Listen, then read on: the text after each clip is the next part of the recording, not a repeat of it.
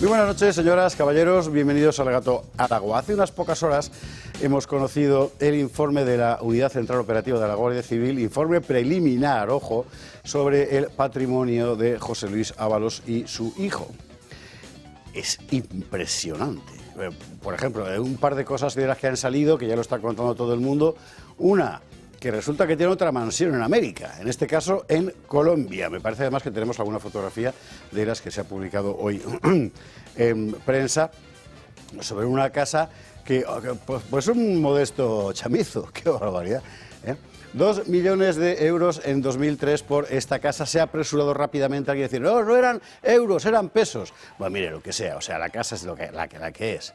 Usted, la pregunta es, ¿de qué tenía este hombre en 2003 una casa en Colombia, como la de Chimbote del Perú? Bueno, más todavía, porque dentro de esas investigaciones han aparecido también las vinculaciones de José Luis Ábalos con más de 200 cuentas corrientes.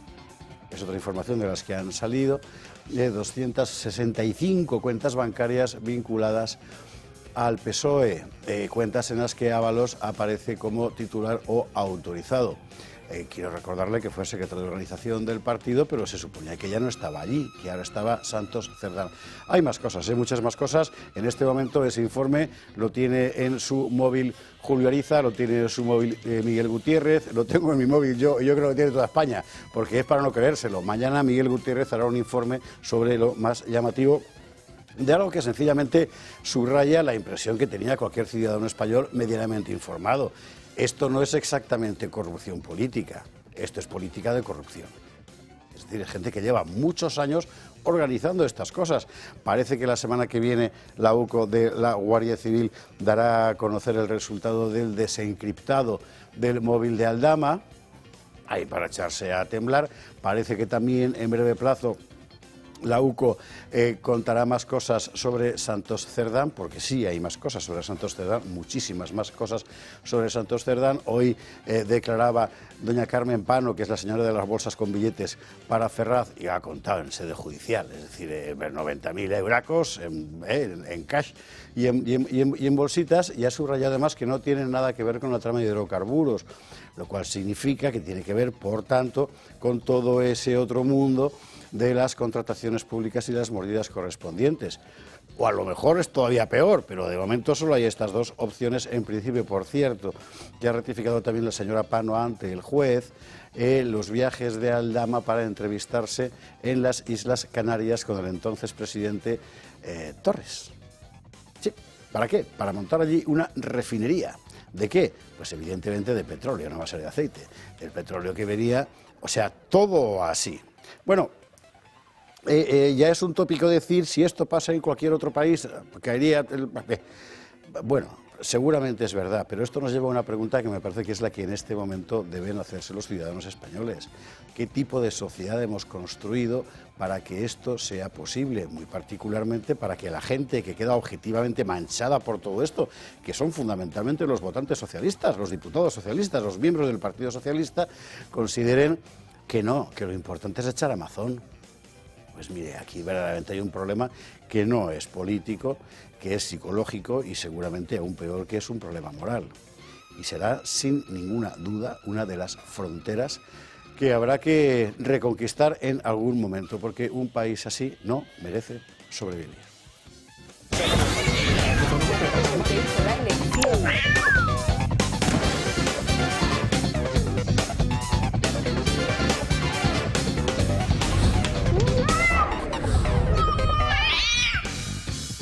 Hablaremos de estas cosas efectivamente y de otras muchas en una jornada que nos deja muchísima información y de la que nosotros hemos entresacado estos titulares. El debate de los menas que continúa, pero nosotros, mira, aquí ya decidimos ayer, o sea, basta ya de hipocresías. Esto es una auténtica catarata de hipocresía, con gente llamándose fascistas unos a otros, mientras los sacan de Cataluña para repartirlos por Madrid y Andalucía. Un juego electoralista perfectamente burdo de ministros como Torres o la señora Rego, rasgándose las vestiduras, gritando mis niños, mis niños. En fin, vamos a hablar en serio, vamos a contar la verdad, vamos a contar lo que está pasando y sobre todo lo que puede pasar a partir de ahora.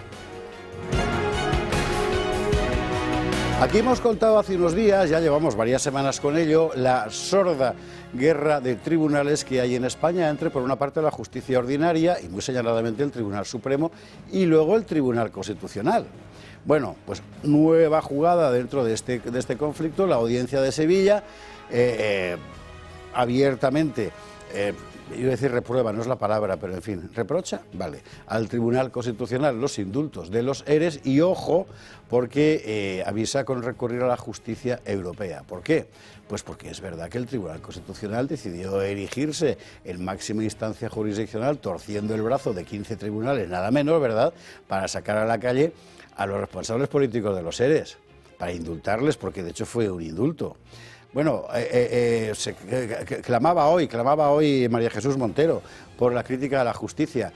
María Jesús, el Tribunal Constitucional no es justicia, es el Tribunal Constitucional.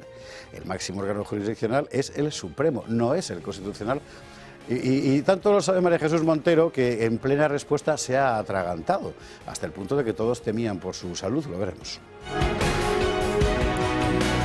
Este asunto a nosotros nos toca muy directamente porque fue una de las primeras cosas que empezaron a hacernos enarcar una ceja en los tiempos de la pandemia. Usted sabe que aquí hemos mantenido siempre, desde la primavera de 2020, que los famosos protocolos para residencias los había dictado el Ministerio de Sanidad. Es que enseñamos el papel, nos lo trajo, lo cuento siempre, Nuria Val nos trajo el papelito, esto lo ha dicho el Ministerio. De repente todo eso se ha convertido por la burbuja narrativa del PSOE en que la culpa de todo la tiene Ayuso. Y no, hoy sale en la prensa efectivamente lo que nosotros tantas veces habíamos defendido. Por cierto, muchas gracias a todos por no citarnos. Bueno, efectivamente, todo eso lo dictó ella y está el papel y nosotros hoy lo volveremos a enseñar. En materia de política internacional, nueva jugada, Trump y Putin dan un nuevo paso hacia la paz en Ucrania. Después Trump ha hablado con Zelensky. Como Trump no ha visto a Putin demasiado convencido, ha dicho, bueno, pues me parece que voy a mandar unos Patriot a Ucrania, otra jugada. O sea, está jugando, mire, yo entiendo que mucha gente le cae muy mal por lo del pelo y todo eso, pero está jugando magistralmente esta partida Trump, que es verdad que sabe que tiene las mejores cartas porque es el más poderoso y los otros dos están agotados, claro. Bueno, lo contaremos y alguna cosita más. Y vamos a contar también otro de esos asuntos que nadie quiere contar. ¿Qué narices pasa con el Papa? Porque la opacidad del Vaticano sobre la salud del Papa es increíble, nunca se había visto una cosa igual. A todo esto el Papa, que supuestamente, bueno, supuestamente no, dígase la verdad, estaba muy enfermo, sigue firmando cosas. Y la Iglesia, por su parte, avanza en el famoso sínodo de la sinodalidad, que no es que parezca un trabalenguas, es que lo es. Luego le diremos a María Jesús Montero que intente pronunciarlo sin equivocarse.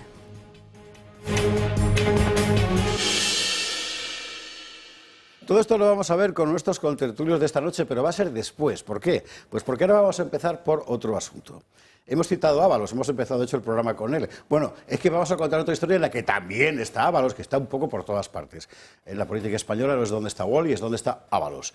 De momento en la mesa con don Julio Eriza, muy buenas noches. Buenas noches. ¿Qué tal va eso? Joder, es que hay tantas cosas, ¿verdad? Pasan tan rápido además. Eso es lo peor. Que, bueno, intentas pararlas y dices, espera un momento, que viene la siguiente. Pero bueno, vamos adaptándonos al ritmo este, a pesar de la edad. Decirle al instante que pasa detente, eres tan bello, que es lo que dice Fausto en el Fausto de Goethe. Ahí estamos. Eres poesía. Poesía. Por cierto, ¿Qué pasa? Eres José. Sí, señor. Y hoy es San José. Bien. Muchísimas gracias. Felicidades. Muchas gracias. Y a todos los Pepes, Josés, Pepitas, Josefas, porque hoy es un día muy importante. Por cierto, para la gente que quiera encontrar casa, porque no encuentre piso ni tal, San José es el patrono para encontrar casa. ¿Ah, sí? Sí, que lo sepas. No Yo, tenía y ni la además menor idea. lo he comprobado con varias personas. Mira. Le pides a San José, que no encuentro piso, ¿qué tal? Piso. Pues mira, un poco de casas vamos a hablar, o de las que podría haber y no hay. Y a lo mejor no las puede haber. Y este es el asunto que le quería contar donde estábamos por medio. A lo mejor usted recuerda que aquí trajimos un día el asunto de la famosa Operación Chamartín, que iba a ser la salida natural de Madrid capital hacia el norte. Unos viejos terrenos, pues 1.200.000 y pico metros cuadrados, que se dice pronto, que iban a ser para extender la estación. Aquello, bueno, pues cambió. Ahí iba a crecer Madrid. Y entonces empezó a salir un problema. Dice, oye, un momento, que aquí hay gente que está atada de manos, que tenía aquí derechos. Le voy a contar la historia muy sumariamente. Esos terrenos en su día se expropiaron con compensación a los propietarios de aquellos, que son 1.200 familias, bueno, para hacer una ampliación de la estación, para poner vías. Luego, de repente, la cosa cambia. Y entonces deciden que ahí se va a hacer la ampliación de Madrid. O sea, cambia enteramente la naturaleza del proyecto, la naturaleza del suelo y, de hecho, también la naturaleza del objeto de la famosa compraventa. Bueno, entonces los afectados dicen, espera, devuélvemelo, porque eso está en la ley, yo te lo pago, lo que tú me has dado yo te lo pago, y ya veremos luego lo que hacemos. Eso se llama reversión, y a estos afectados se les llama reversionistas, insisto, 1.200 familias, que no es moco de pavo. Y resulta que no quieren. Es increíble. Hay un banco por medio, el BBVA, hay por medio Adif, Ábalos, Ministerio de Transporte, era en su día el Ayuntamiento, y ahora mismo uno de los grandes bancos de Europa, que es el BBVA, que está tratando de vender una casa con un señor dentro, porque esta es la situación. O sea, esos terrenos tienen unos derechos de unos señores a los que en su día se les compró. Iba a decir falsamente, no, la palabra no es falso, pero estamos en un fraude de ley, claro. La historia merece la pena, sobre todo cuando uno piensa en esas 1.200 y pico familias que, claro, como no hay aquí una Jessica, no hay un novio de Ayuso, etcétera, pues nadie habla de ellos, pero se van a quedar que les van a robar. Bueno, pues para hablar de este asunto precisamente tenemos al portavoz de los afectados, que es Trinitario Casanova. Muy buenas noches, ¿qué tal? Buenas noches, muchas gracias por invitarme. Y al abogado de este pleito, que esto no es estudiar Derecho, esto sí que, vamos, 3 másters, que es Óscar Quiroga. ¿Qué tal? Buenas noches. Porque, claro, es un pleito complejo porque son muchos años, mucha gente, mucha institución dentro y ostras, ¿y esto cómo se le mete la cuchara? Pues efectivamente, son agentes muy importantes, de mucha entidad, como bien has descrito, y son 30 años de historia llenas de irregularidades, desde el principio, pero sobre todo desde 2018, especialmente. 1.200 y pico familias, que ahora están diciendo a mí quién me defiende, aparte de Óscar, claro, porque este es un pleito serio, es decir, que se les hace un daño objetivo.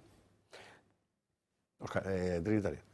Bueno, perdón. Como queráis. Bueno, vamos a ver. Estas 1.200 familias en el año 2018 pactaron con nosotros les compramos a ellos esos derechos y a la misma vez los hicimos partícipes de esta aventura de poder recuperar esos suelos y gracias a esa acción ellos aún mantienen la esperanza, mantienen la fe en que al final se haga justicia, aunque de momento pues estamos viendo cómo el BBVA se quiere salir con la suya, haciendo la venta ahora como está proponiendo a través de la banca Rothschild, que ha contratado para vender ni más ni menos que el 100% de la sociedad e irse completamente de este proyecto cuando hace tan solo 2 meses ha hecho la escritura pública. O sea, de la banca Rothschild.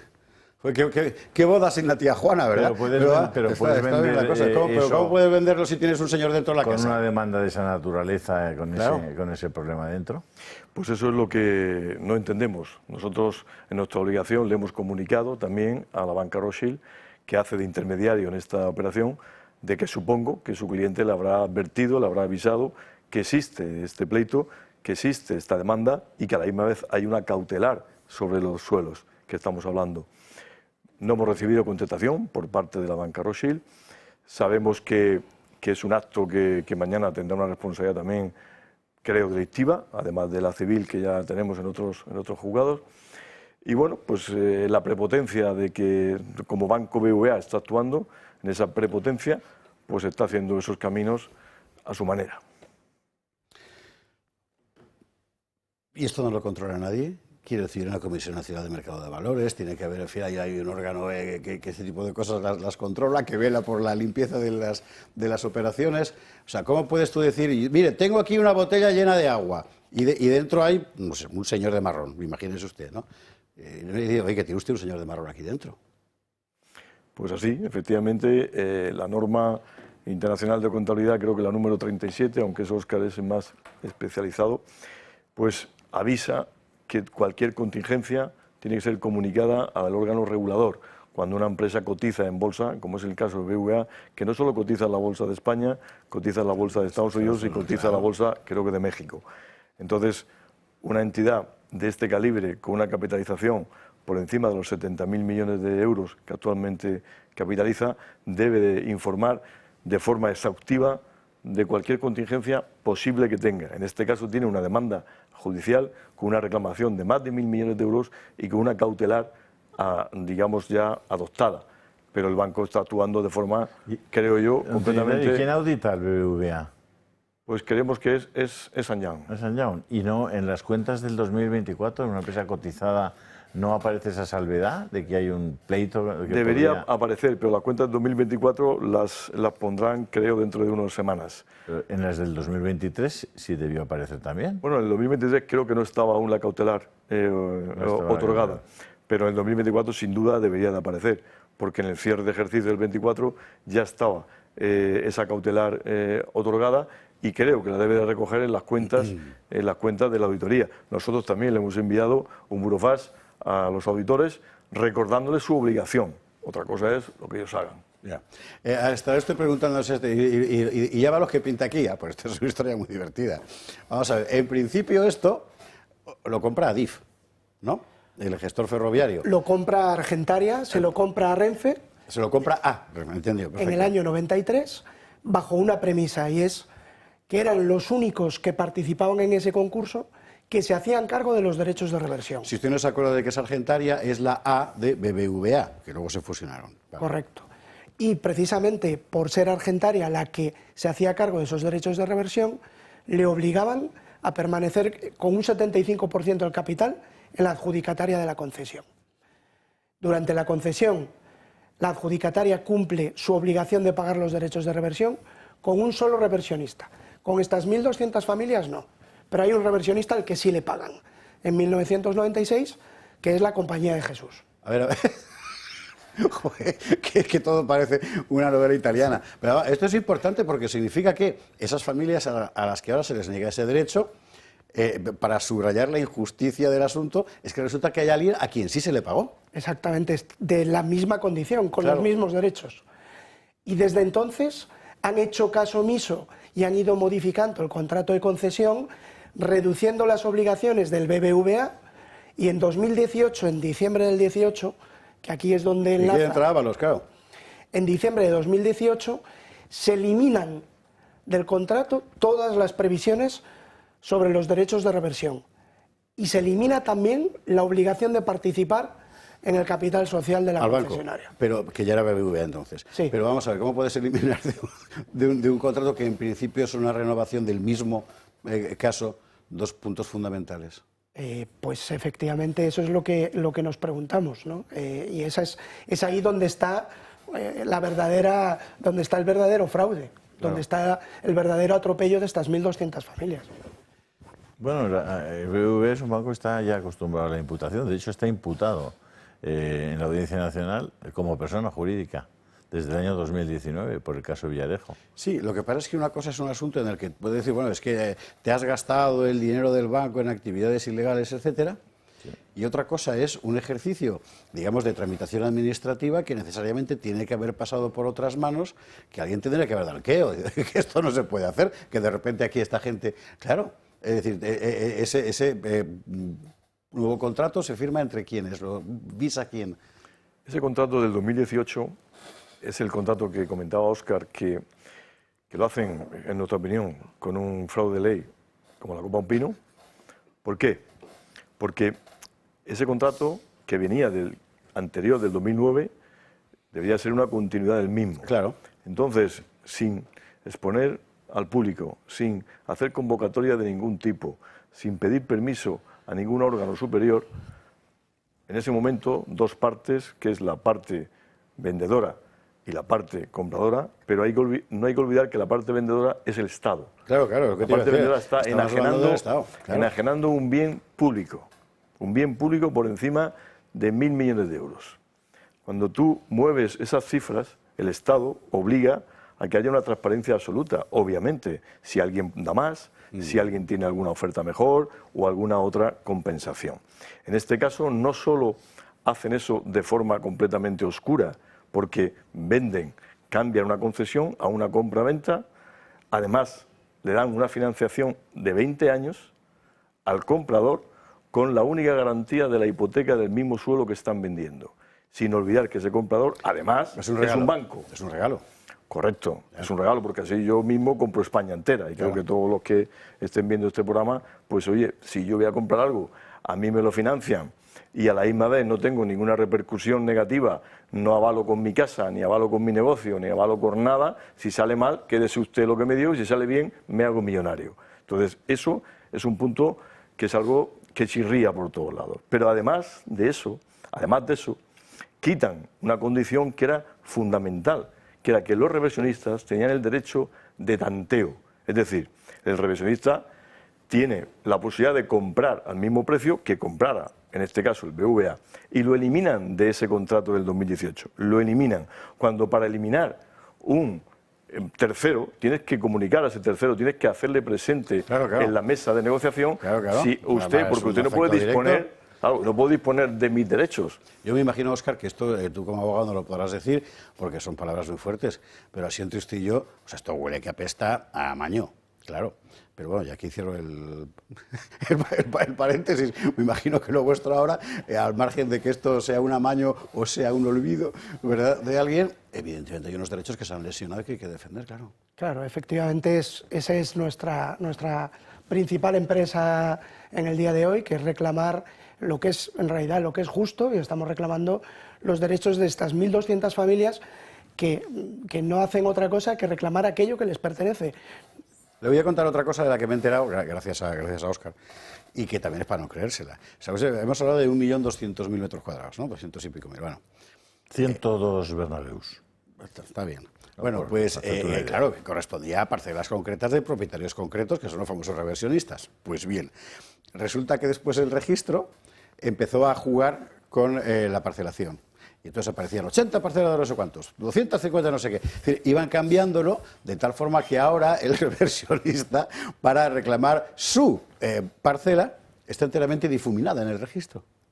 Sí, efectivamente se han ido realizando distintas operaciones de división de fincas, dificultando precisamente, bueno, la localización de esas fincas. Pero hay otra cosa muy grave que se ha hecho, y además de forma fraudulenta, que es que se ha cancelado del registro de la propiedad los posibles derechos de reversión que sobre esas fincas estaban como carga. Y se ha cancelado de forma fraudulenta. Esto es como si yo me voy a comprar una casa sobre la que un señor tiene un derecho y cuando llego al registro ese derecho no existe. Tal cual. Una servidumbre de paso, una hipoteca. Por ejemplo, sí. Tal cual, efectivamente. Pero qué golfada. Bueno, pero eso lo ha hecho un registrador nada menos. Como Rajoy, profesionalmente quiero decir, que es una gente muy seria, los registradores y los notarios tienen fama. Bueno, el registrador habrá dicho a mí que me registren. Ya, pues me temo que no lo han registrado, solo que vaya Óscar con un detector, porque ¿eso quién lo ha firmado? Pues eso lo ha firmado el titular del registro de la propiedad número 54 de Madrid. Y lo ha firmado Adif. Lo ha firmado Adif estando Ábalos de ministro. Son magos. Si estaba Ábalos permanentemente. Todo es posible. Qué barbaridad. Son magos. Pero vamos a ver, esto a vosotros os obliga ahora a tener que, no sé cuál es el procedimiento procesal, perdón por la redundancia, pero tenéis que luchar contra un montón de molinos, ¿no? Quiero decir, está Adif por una parte, está el BBV por otra, está la cuestión del registro por otra. Nosotros no nos cansamos. Nosotros somos gente de fe y somos gente constante. Como decía un amigo mío, tenemos dos principios: creer en Dios y en la gestión, y por ese orden. Por consiguiente, no nos cansamos. Estamos dispuestos a llegar hasta el final y estamos tan convencidos de que llevamos razón que al final nos la darán. Aunque tengamos que abrir las vías que tengamos que abrir. Ahora mismo esta que has comentado, de la del señor registrador, él sabrá por qué motivo lo hizo y cómo lo hizo, pero lo que está claro que será perseguido hasta que se demuestre la verdad. Bueno, ahora se dedica al golf, creo, o sea que no sé el registrador habrá que seguirle por todo el campo. Habrá que seguirle por todo el campo, digo yo. ¿En qué tribunales estáis concretamente? ¿Estas causas se sustancian dónde? Pues el procedimiento principal lo estamos llevando en el Tribunal Superior de Justicia de Madrid, que es el que ha acordado la medida cautelar. Medida cautelar que, para recordar a todos los que nos hemos perdido en esta explicación, medida cautelar que consiste en... La anotación preventiva del procedimiento, de la demanda, sobre todos los terrenos de Madrid Nuevo Norte. Vale. Esto, en principio, paraliza la operación urbanística. Bueno, o debería.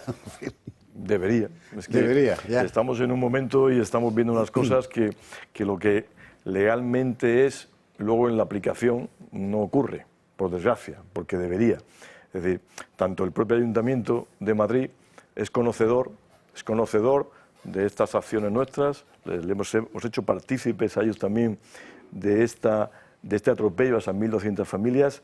Le hemos comentado que debemos de estar en la Junta de Compensación porque representamos un 35%, ni más ni menos, de todo el plan parcial y se gira a la espalda o se pone de canto, llamémosle como sea. Entonces, claro, legalmente estamos en nuestro derecho de lo que estamos solicitando, pero no siempre es así. Es decir, que aunque uno tenga la razón, te la aplican o no te la aplican. Estamos viendo lo que estamos viendo, porque el BVA, si hubiese aplicado la lógica y la legalidad, pues no hubiera hecho lo que ha hecho hasta la fecha. Entonces, pues seguiremos luchando. Parece, bueno, ya la resistencia de don Trinitario, de hecho le hemos hecho unas tazas con la T para la resistencia de don Trinitario, Gracias. Vamos, superior a la de Pedro Sánchez, lo digo para que los del BVA vayan tomando nota, ¿no? Porque es que la causa tiene mucha enjundia. Es que sí, te quitan además, un terreno, te dicen que es para hacer una cosa, y te pagan un precio, pues eso, el justiprecio típico de tal, y cuando van a hacer la cosa dicen que no van a hacer la cosa, que van a especular con eso. Es que dices, oiga, pero ¿y eso por qué? Eso se llama robo. Es que eso se llama robo. Es un robo organizado. Y eso es que no hablamos de una gran extensión y a un señor que es muy rico y que le han dicho, bueno, pues te quitamos un trocito. No, no. A 1.200 que tenían un terrenillo de sus padres o de sus abuelos, se lo han birlado. Entonces yo no acabo de entender cómo una compañía como el BVA, que además cotiza en Nueva York y que supongo que alguien en Nueva York estará empezando a tomar nota de lo que está pasando, porque no se puede permitir el lujo a una compañía cotizada allí de hacer este tipo de cabriolas. Si hay un pleito, eso es una cosa muy seria. Y si hay una demanda judicial, es una cosa muy seria. Entonces, espero que la gente del BVA se pongan las pilas y por lo menos den una explicación pública o se pongan a negociar con los propios relacionistas. Claro, que al final sería que a todo esto es que es lo que deberían haber hecho de oficio, sin más, es decir, porque es el derecho que tienen esas personas, ¿no?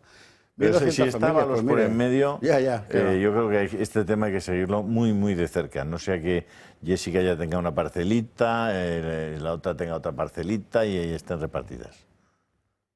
Qué barbaridad.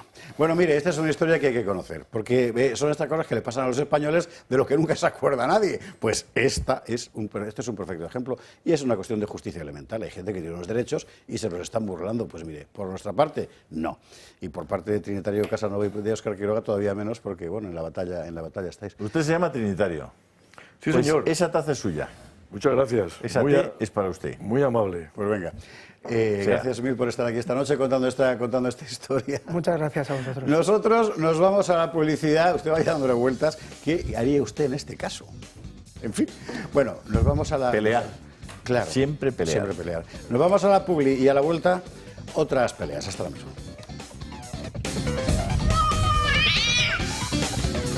22-18, 21-18 en las Islas Canarias. Enseguida empezamos con la información. Antes el vino. Usted sabe que aquí tenemos un vino que es el vino de cabecera de la casa, que es Tejoneras. Tejoneras son, iba a decir, una de las mejores. Yo creo que se puede decir ya abiertamente por la acumulación de premios internacionales que es el mejor vino de la Comunidad de Madrid. Nace ahí en esa finca que está usted viendo, la finca Tejoneras, que está pues norte-noroeste. Bueno, noroeste-oeste de la Comunidad de Madrid, en lo que empiezan a ser ya estribaciones de la Sierra de Gredos, en un suelo de granito y de pizarra fantástico, y quien ha tenido el privilegio de visitar las bodegas puede decir que allí lo que hacen es arte, porque es auténtica artesanía, ¿eh? O sea, esto, en fin, y así le sale el vino como le sale, y unos vinos, por otra parte, que llevan, pues mire, desde los tiempos de Eugenia de Montijo, o sea, de mediados del 19, haciendo vino ahí en esas uvas garnachas centenarias combinadas con las variedades más nobles del mundo, Cabernet Sauvignon, Syrah, Merlot, etcétera, ¿no? El último premio, sabe usted, que ha sido el Gran Bacchus de Oro del año pasado, al 750 máximo décimo, Ahora la oferta que no se me olvide, que tenemos oferta nueva de tejoneras. A ver, atención, el nuevo pack tejoneras. El nuevo pack tejoneras son 2 botellas de vino tejoneras Reserva 2015, ahí es nada, 10 añitos. 10 botellas de vino Lagraz Crianza 2021 y las habituales 2 copas serigrafiadas tejoneras. Bueno, pues 12 botellas del mejor vino de Madrid con 110 euros. Esté usted comprando con un 35% de descuento respecto a lo que costaría en la calle. Además, sabe usted que Tejoneras trabaja con Madrina, que es una casa de seriedad absoluta, porque Conrado Jiménez lo hace muy bien, que desde hace mucho tiempo ya está ayudando a familias de la Dana. Pero Madrina se dedica siempre a eso, mamás y niños. Bueno, pues concretamente estamos pasando de esos 110 euros 5 al trabajo que está haciendo Fundación Madrina con los damnificados de la Dana, que allí siguen, por cierto, y ya volveremos con ellos para ese trabajo asistencial absolutamente imprescindible. Sabe usted que puede comprar el vino Tejoneras en el Corte Inglés en toda España y en la Comunidad de Madrid, además, en Alcampo, Carrefour, Sánchez Romero, Distribuciones Adán y Bodegas Bordino, que está en la calle Azcora número 13 de Madrid. Tejoneras.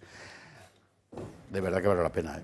En fin. Bueno, saludamos a los que se incorporan a la mesa en este momento. Doña Marcela Reigía, ¿cómo estás? Muy bien, buenas noches, José Javier. Encantada de estar aquí otra noche más y muy contenta con mis compañeros de esta noche.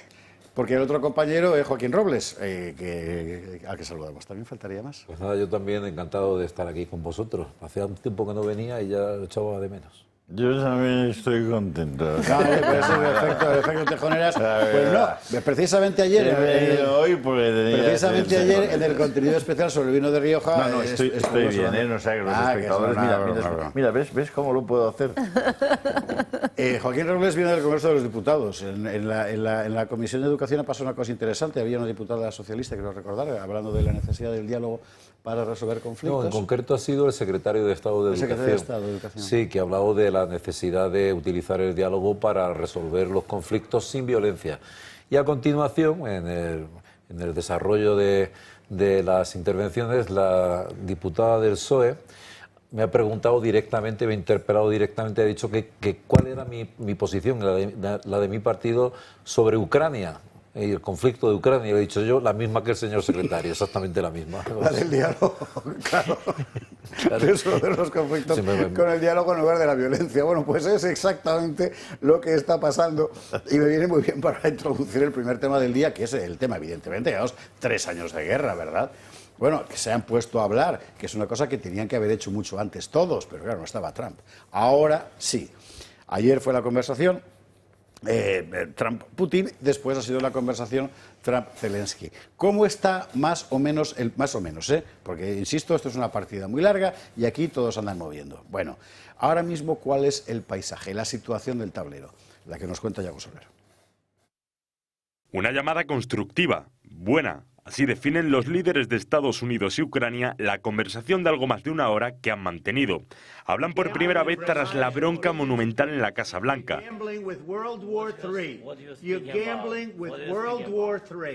A Trump ahora le interesan las centrales eléctricas y nucleares de Ucrania. Dice que la mejor manera de protegerlas es que se las vendan a Estados Unidos.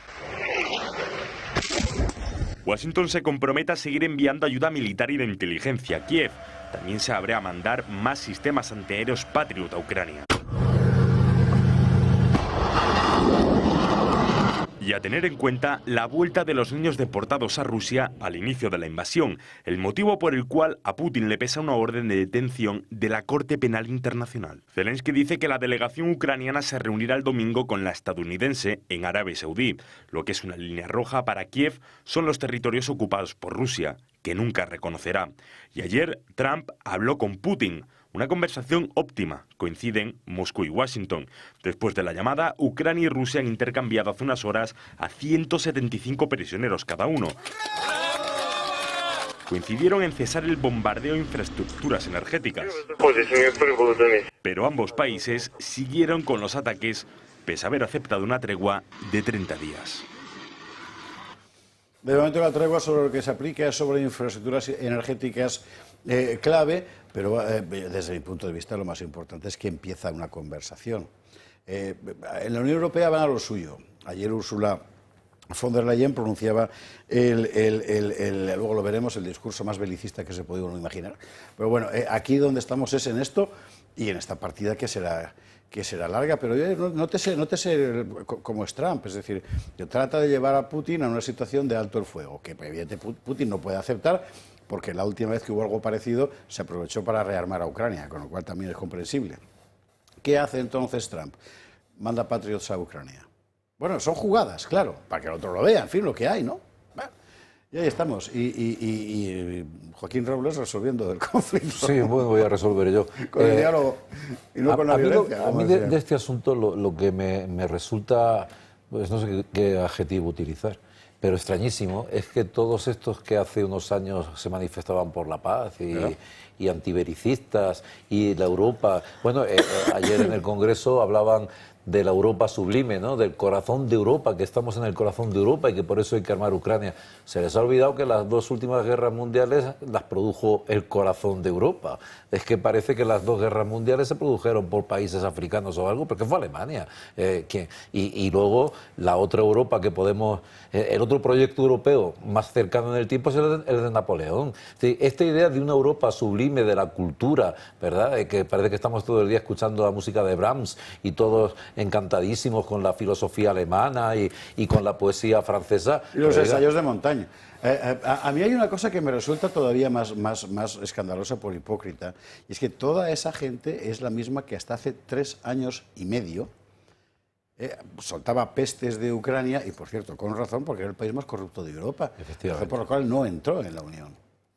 Claro. Sí, pero acuérdate de estas escenas que narra Orwell en su libro de 1984, como de un día para otro Eurasia es el aliado y al día siguiente ya no lo es porque es el otro, y la gente pues sigue exactamente igual. O sea, la clave está en que el público está completamente desinformado y la información que tienes a través de unas televisiones que repiten monolíticamente el mismo discurso una y otra vez, que es un discurso para qué sé yo, alevines o infantiles. Es puramente emocional, es muy interesante. Porque es tremendo. O sea, aquí cómo se va a explicar la guerra únicamente porque hay un señor muy malvado que quiere invadir Europa. Pero es que esto se lo tragan los liberales, se lo tragan los demócratas, se lo traga todo el mundo. Pero ¿qué manera de explicar un conflicto es esa? Por la maldad de Putin y ya está todo explicado. Oiga, vamos a ver, aquí hay una serie de intereses de los cuales pues Europa no es ajena, y evidentemente esta Unión Europea es el resultado de la Segunda Guerra Mundial, el resultado de la intervención norteamericana. Entonces, ¿de qué están hablando de Europa? ¿Qué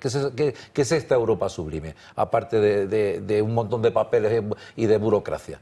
¿Qué es lo que es? Esa misma Europa que nos impone la Agenda 2030, que arruina el campo español, que arruina la ganadería, la Europa de la cultura woke. Pues hombre, ya está bien, ya está bien. Hombre, que Putin es lo que es, pues es evidente, pero que hay que buscar una solución razonada al conflicto, dialogada, como decía el señor secretario de Educación. Pues, para otra cosa. Me parece a mí que es obvio y que es la línea en la que hay que seguir. Yo no sé tanto belicista que ha aparecido últimamente por aquí. Julio, Marcela. Bueno, yo es que vengo hablando de este asunto hace algunos días. No soy ni un belicista ni un pacifista. Sí que me parece, como acaba de decir mi compañero, que los conflictos deben tratar de minimizar al menos las pérdidas humanas, ¿no? En la medida en que se pueda.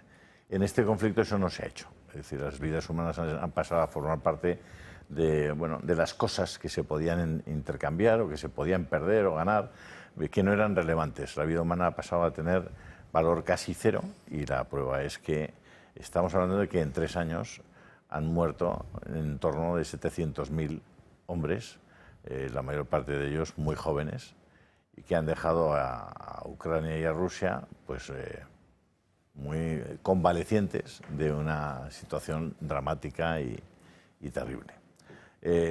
Acabas de mencionar que Rusia no ha sido tradicionalmente un enemigo para España, no lo ha sido.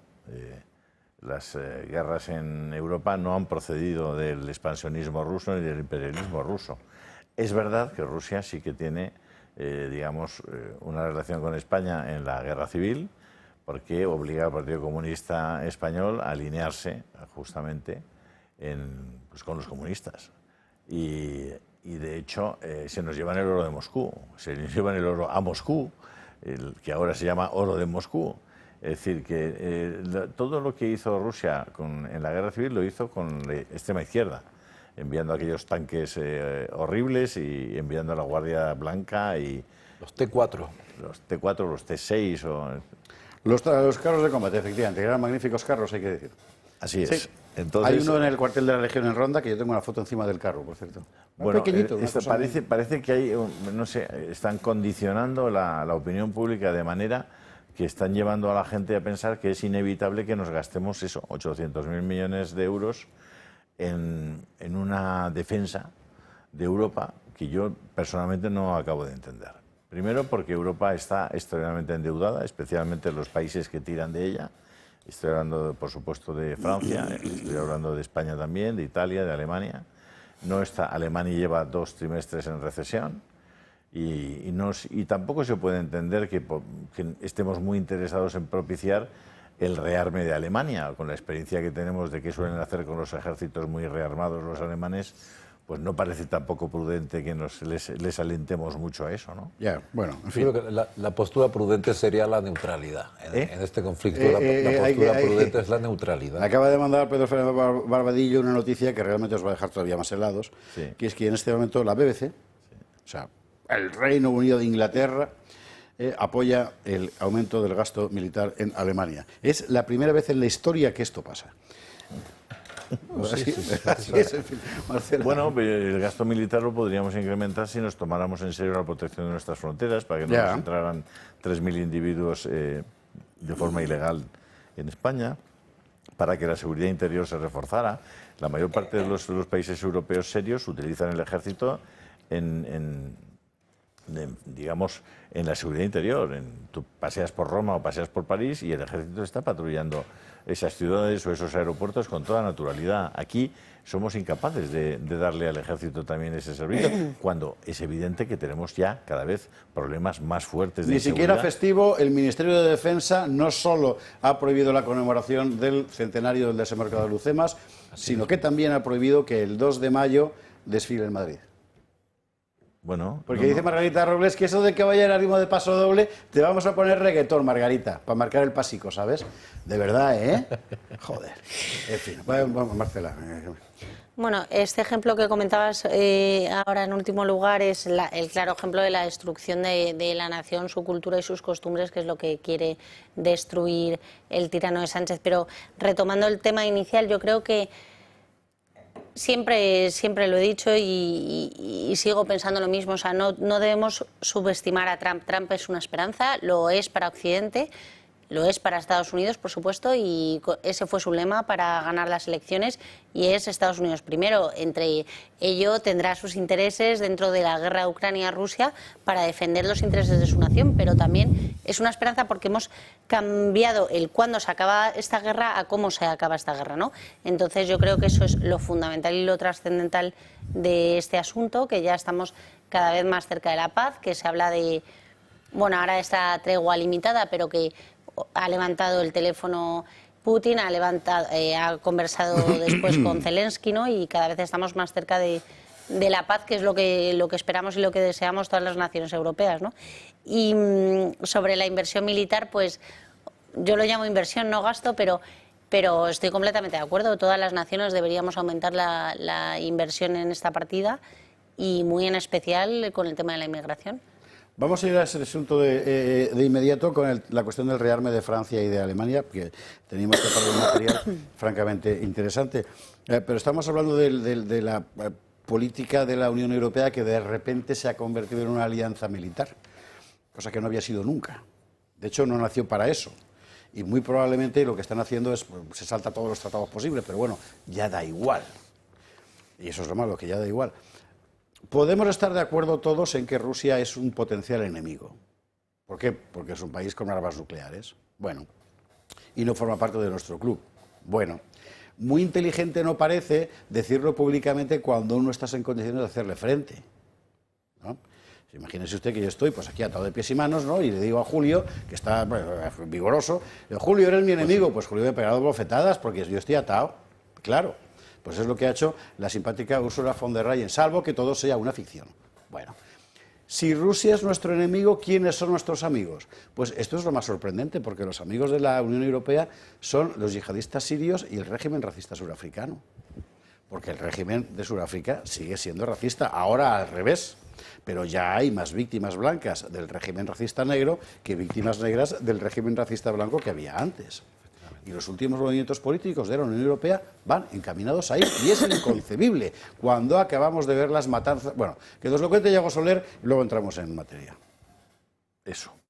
5.800 millones de euros. Esta es la ayuda que la Unión Europea y sus socios destinarán a Oriente Próximo. El dinero irá a proyectos humanitarios, reconstrucción y seguridad. Uno de los receptores será Siria, que en los últimos días ha visto un repunte de la violencia intracomunitaria tras la caída del dictador Bashar al-Assad. A pesar de que el nuevo líder sirio perteneció a Al-Qaeda y el grupo que lidera sigue catalogado como terrorista por la Unión Europea, Bruselas promueve inversiones e intenta eliminar sanciones. Pero es clara, separará la ayuda si la violencia sigue y no respetan a las minorías. En la conferencia participó Estados Unidos, que en los últimos 14 años ha sido el país que más dinero ha dado a Siria, donde aún tiene presencia militar. Sin embargo, las ayudas de Washington han parado en Sudáfrica. Trump dice que Pretoria promueve unas leyes que podrían perjudicar a terratenientes, donde la mayoría son blancos. El Ejecutivo sudafricano lo niega. No es la primera vez que Human Rights Watch denuncia los ataques xenófobos que sufren los extranjeros radicados en Sudáfrica, un país donde aún perduran los roces del apartheid y que Bruselas mira para cerrar pactos económicos y energéticos. ¿Son nuestros aliados naturales los yihadistas sirios? Es la leche, pero parece que sí. Lo cual le hace a uno preguntarse qué tiene de europeo esta Unión Europea. ¿Sabe usted qué es lo peor? Que la versión oficial inicial de Bruselas sobre lo que estaba pasando allí fue que eran combates entre milicianos pro al-Assad contra las fuerzas gubernamentales. Eso incluso lo repitió aquí la agencia EFE. Felizmente existe, perdóneme, Elon Musk y las redes sociales y X. Y entonces la gente empezó a subir vídeos. Y tuvieron que rectificar. Aún así, ellos siguen hablando, Bruselas, de conflictos entre las fuerzas pro-Assad, que no las ha visto nadie, ¿verdad?, y el ejército gubernamental, que son una panda de asesinos. Bueno, pues nuestro dinero va para ellos. Hay un actor en la ecuación que no has mencionado antes, que es China.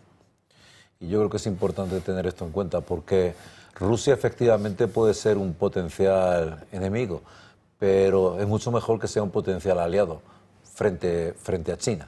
Y yo creo que Trump, en este sentido, desde luego, desde el punto de vista de los intereses norteamericanos, pero no le vamos a pedir a Trump que defienda los intereses españoles cuando ni nuestro propio gobierno los defiende. Entonces, cuando se dice es que Vox se ha vendido a Trump, no, oiga, nosotros tenemos en común con Trump que somos patriotas frente a esta oleada de globalismo que nos invade por todos sitios. Pero claro, luego cada uno tiene que defender sus intereses. Santiago Abascal ha dejado bien claro nuestra postura en contra de los aranceles, aunque le haya dicho por todos sitios, por tierra, mar y aire, pues al parecer nosotros somos partidarios de que se le pongan aranceles al vino español, porque la desinformación es completa y absoluta. Pero claro, el caso está en que les interesa armar a estos yihadistas porque en el fondo ven más peligroso a los chiitas, a Irán. Y entonces la situación es mucho más compleja y confusa. Quizás por esto algunos, entre comillas, intelectuales de alcoba, pues creen que estamos todavía en la situación de la Guerra Fría, porque el mundo era mucho más inteligible. Estaban Rusia y la Unión Soviética por un lado y los otros por el otro, y era mucho más inteligible. Pero ahora la situación es de una dialéctica feroz de estados, mientras que aquí estamos con la hormonación de los adolescentes y con estas tonterías que discutimos todos los días en el gobierno, la menopausia, que sale una ley para regular la menopausia el otro día en el Parlamento. Es impresionante porque tú hablas con los diputados cuando salen de allí y te da la impresión de que viven en otro país, en otro mundo. Totalmente. Es una cosa. Pero ¿cómo pueden hablar? A mí me hace mucha gracia. Le critican a Abascal, que está de acuerdo con Trump y que por tanto está... digamos, ofendiendo y está perjudicando con ese acuerdo a los que venden vino en España.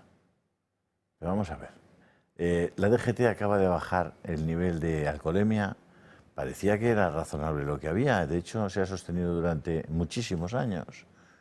lo han bajado a casi la mitad, de modo que si pisas un corcho de vino, das positivo. Entonces, a ver, ¿dónde está? ¿Cuál es el arancel? El vino tiene un 21% de IVA, ¿no? ¿Cuál es el arancel? Los que en España fabrican aceite o los que venden tomates, de aranceles saben mucho, porque les obligan a unas prácticas en el cuidado de esos productos. Que es un autoarancel en realidad. Sí, sí. No es que sea un autoarancel, claro. Es que es mucho peor que un arancel.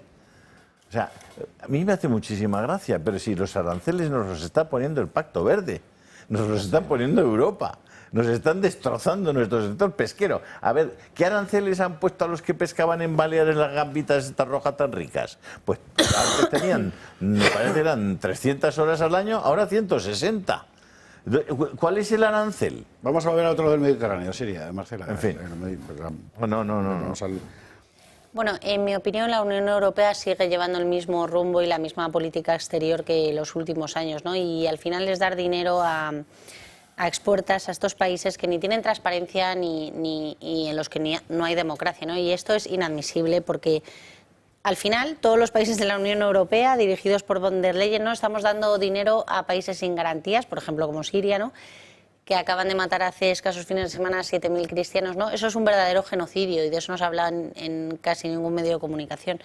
Entonces, ayudas humanitarias sí, o sea, yo soy partidaria de que sí, de que la Unión Europea fomente esas ayudas humanitarias, pero con transparencia y con control. Aquí se le pone una corbata a cualquiera en Oriente Medio y le hacen llamar demócrata, como en el caso del dirigente de Siria, ¿no? Que viene de los núcleos de Al-Qaeda, ¿no? Entonces, todas estas instituciones corrompidas, cuando llegan estas organizaciones humanitarias, pues a la postre resultan secuestradas y fagotizadas, ¿no? por los propios gobiernos terroristas, que son los que dirigen estos países, ¿no? Entonces, a mí me resulta inadmisible que sigamos mandando dinero sin control y bueno, creo que tenemos que revisar y dar un cambio de dinero al ejército y nuestros guardias civiles, que son más de 60.000, vete a los cuarteles. Bueno, pero eso es un problema nacional que estoy completamente de acuerdo, pero bueno, estamos hablando de un problema europeo frente a un problema nacional, estoy completamente de acuerdo. Pero bueno, ya, pero tenemos que empezar arreglando nuestra casa. Bueno, pero estamos hablando del destino, del dinero que destina la Unión Europea. ¿Y cuánto cobran los policías nacionales españoles, los guardias civiles, y cuánto los mozos de escuadra y los rechainas? Si hay un 30% de diferencia. Sí, señor. Y no tenemos dinero, tenemos que endeudarnos más.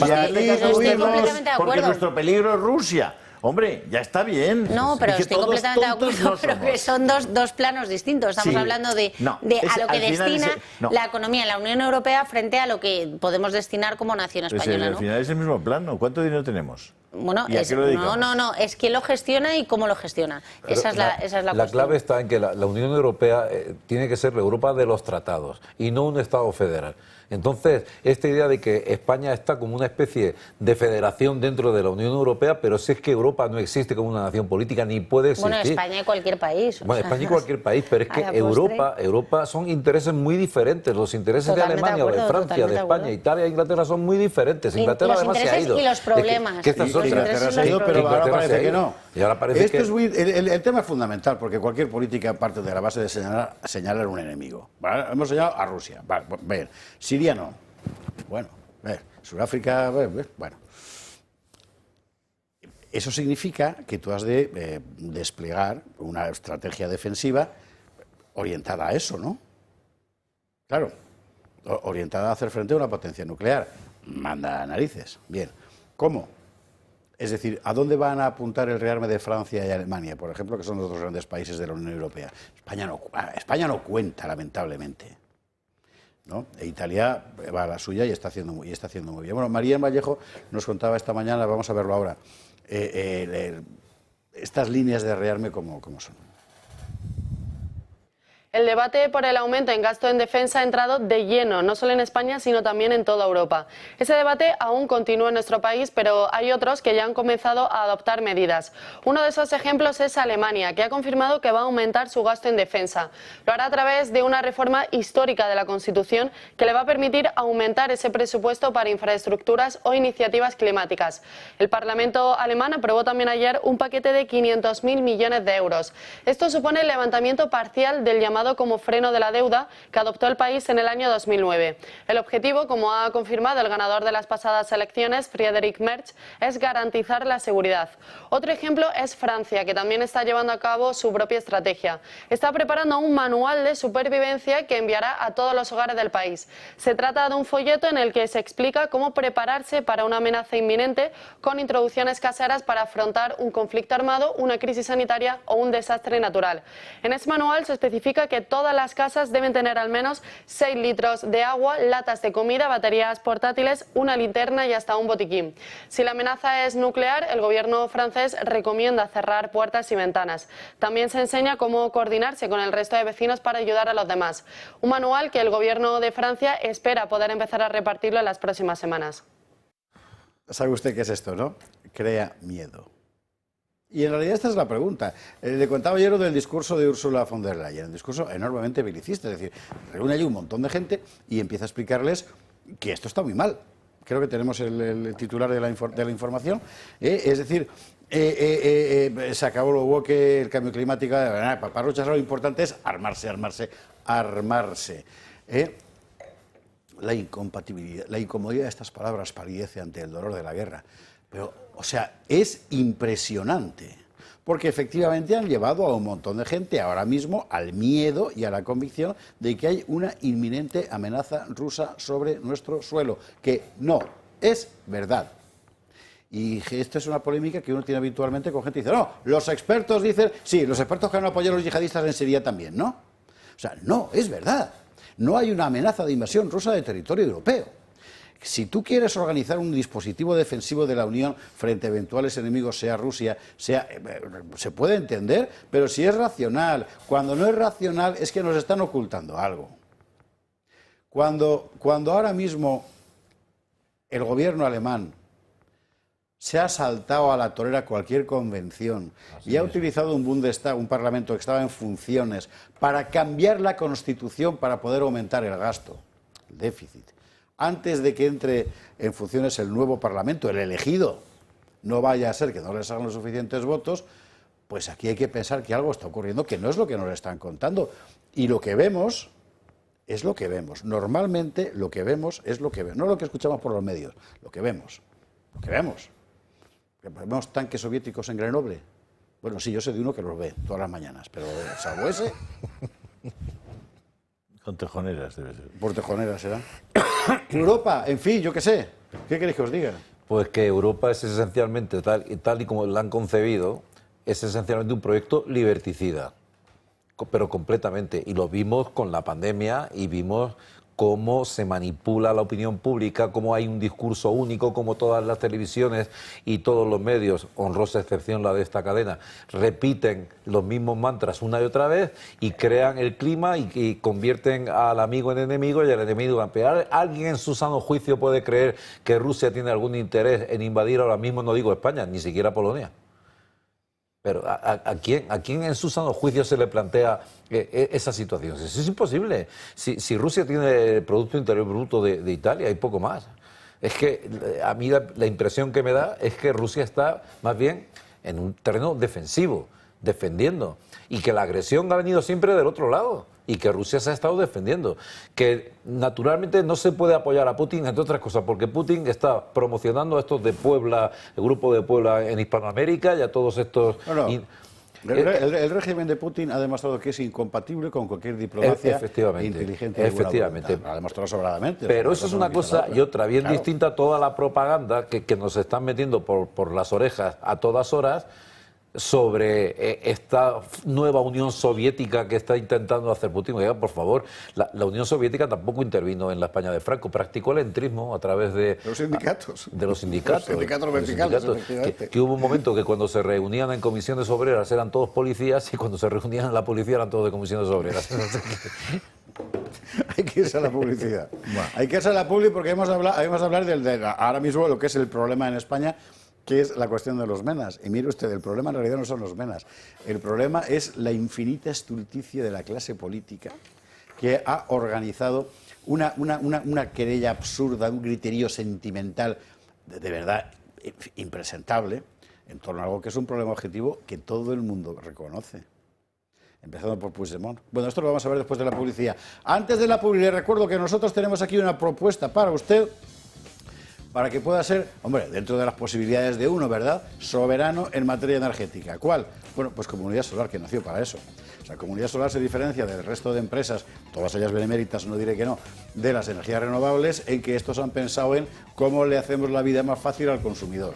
Bueno, pues tratando de que además de consumidor sea productor.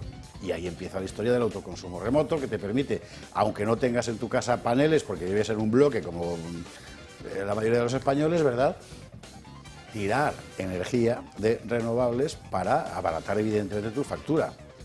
Y además, ahora con la factura de la luz que tenemos, que es carísima, puedes, gracias a los acumuladores y baterías de ese sistema, tirar de esa energía cuando más cara es la convencional. El ahorro es muy importante. Yo le aconsejo que lo explore, que llame al 980-2812 o que entre en comunidadsolar.es y que lo pregunte absolutamente todo, porque esta gente empezó explicándole a la gente, ayudándole en obtener el beneficio fiscal de tu comunidad autónoma por ponerte una placa, ¿verdad? Y siempre han estado trabajando para el comunero, como ellos llaman, comunidadsolar.es. Publi, y a la vuelta nos vamos con la cuestión de los menas. Esta es la publicidad. 22.54, 21.54 en Canarias. Vamos al tema del debate político nacional, que es la cuestión de los menas. Hoy ha saltado en diferentes lugares, también en el Congreso, pero bueno, del Congreso vamos a pasar un poquito, salvo para una cuestión muy concreta que le vamos a enseñar. Como usted sabe, aquí esto se sustancia en lo siguiente. Puigdemont ordena al Gobierno de España que haya menos menas en Cataluña para que lo reparta por el resto del país, muy notablemente Madrid y Andalucía. ¿Por qué? Porque es un ejercicio de progreso, no como en Valencia, donde hacer lo mismo es fascismo. ¿Entiende usted? No, ¿verdad? Pues eso, no lo entiende nadie. No, pero es donde estamos, en la plena irracionalidad, simplemente no, la cosa sería, ¿verdad?, por interés político del contubernio que nos gobierna. ¿Mapa de reparto de menas cómo va a quedar? Más o menos, más o menos. Claro, ahora la cuestión ¿cuál es? Ahora la cuestión está en que el PP dice... Pues ahora no quiero. ¿Recuerda usted que los pactos de gobierno... Ahora no quiero. Ahora que los pactos de gobierno PP-Vox fue porque Vox dijo, os la van a colar, decid que no. No podemos decir que no. ¿Por qué? Porque tenemos el corazón así de ancho, que decía Juanma Moreno. Bueno, ¿dónde está ahora la cosa? Pues ahora está que el PP dice, esto es una ruina, no solo porque económicamente, a mí esto es lo que me fastidia de verdad, no solo porque económicamente sea muy difícil asumirlo, es que todo el mundo sabe que es el elefante en la habitación, todo el mundo sabe que son chavales de 17, 18, 19 y más años. Todo el mundo sabe, porque los propios gobiernos autonómicos lo han contado cada vez que han hecho pruebas de edad, que la mayoría, no digo una, la mayoría son mayores de edad. Bueno, pues claro, pero por eso es tan terrible, tan hiriente, tan humillante que el discurso público siga siendo el ternurista, el emocional. Sobre todo cuando viene en boca de gente tan sentimental como Pachi López. Pachímedes, escúchale. Sí, Pachímedes. Yo no me puedo imaginar que las comunidades incumplan la legalidad en este país. Yo ya sé que al Partido Popular lo hemos descubierto ayer con el Pacto del Ventorro, en lugar de acoger a los niños, prefiere devolverlos a la guerra, al hambre y a la miseria. Esa es la solidaridad y el humanismo del Partido Popular, pero llegar a no cumplir la ley me parece tremendo, ¿no? La Embajada de Marruecos acaba de llamar a Pachi López para que explique por qué dice que Marruecos está en hambre, guerra y miseria. Sí, claro, porque el 64%, 65% de lo que llega son adolescentes marroquíes. Y soy muy generoso con los adolescentes. Pero ese discurso tan manifiestamente falsario cala. En un país que tiene mentalidad de charo, con perdón, pues va calando, ¿no? Sí, y los claro. niños, mis niños. Sí, claro. Va calando hasta que haces las estadísticas de violencia. Ahí estamos. Y dices, anda, ¿qué ha pasado aquí? Y esto ha cambiado. Los niños de Pachi todos Medes, modos, claro. hoy están hablando ponen una comunidad autónoma y le meten un numérico. Claro, por supuesto no hay ninguna explicación razonable de por qué ese numérico y no otro numérico. Y desde luego la arbitrariedad es la norma para regir este país. O sea, hacen las cosas de forma completamente arbitraria, es decir, dictatorial. Dictatorial. Es decir, la democracia, olvidaros. O sea, aquí hacen lo que un señor decide por sus narices que tiene que hacer y lo hace. Y luego nos meten el numérico en la comunidad autónoma, pero claro, la comunidad autónoma no recibe en medio de un bosque o en la dehesa a los chavales. No, van a un municipio. Van a un municipio. Y en ese municipio hay un hogar, una casa, un centro para acoger a esos 25, 30 o 700 niños. Y en ese municipio, todo alrededor de ese municipio, normalmente municipios a veces muy pequeños, caso de los municipios gallegos, toda la vida de ese municipio se altera en función de una decisión que ha tomado un señor de forma arbitraria para que esos chicos que deberían estar con sus familias en casa de sus padres estén en una aldea de Lugo cambiando completamente el ecosistema de un pueblo en el que los vecinos viven pacíficamente. Bueno, es verdad que al señor de Madrid esto no le importa. Es verdad, pones un número y dices 700 en Madrid y dices, hombre, entre 7 millones, y dices, pues nos toca uno por cada 120.000. No es esa la cuestión. La cuestión es que ahora son los ayuntamientos que tienen la oportunidad de levantar la voz y decir, no, a ver, 700 en Madrid no, pero aquí en Parla vienen 62. Y vienen a esta calle. Y vienen a esta zona. Y en esta zona, los problemas de esta zona, de sus comerciantes, de los colegios, de la vida de ese barrio, es esta. Entonces, yo creo que tenemos que nosotros también hacer un esfuerzo para ir bajando, ir metiendo en la lupa, ¿no? Cada vez más cerquita de los problemas reales. Porque, claro, mientras sea un tío diciendo 700 allí, y luego, por favor, nos tendrán que empezar a gobernar como si fuéramos una democracia, no como una dictadura. No, es que he decidido que van 20 a Cataluña y 700 a Madrid. Váyase usted a la porra. O sea, ni hablar del peluquín. Pero ¿por qué? ¿Pero esto qué es? Todo este asunto ya es muy cansado. Pues yo no sé, yo creo que ya se ha dicho todo sobre esto y sin embargo la situación no cambia. Y luego sale un alcalde, como el de Fuenlabrada me parece que es del PSOE, y dice, no, aquí ni hablar. Entonces, ¿qué pasa? Que también es homófobo, machista... Es ayusófobo. La culpa es de Ayuso, sí. Ayusófobo. Y luego Ayuso dice que son tan españoles como Abascal, que no se olvide, ¿verdad?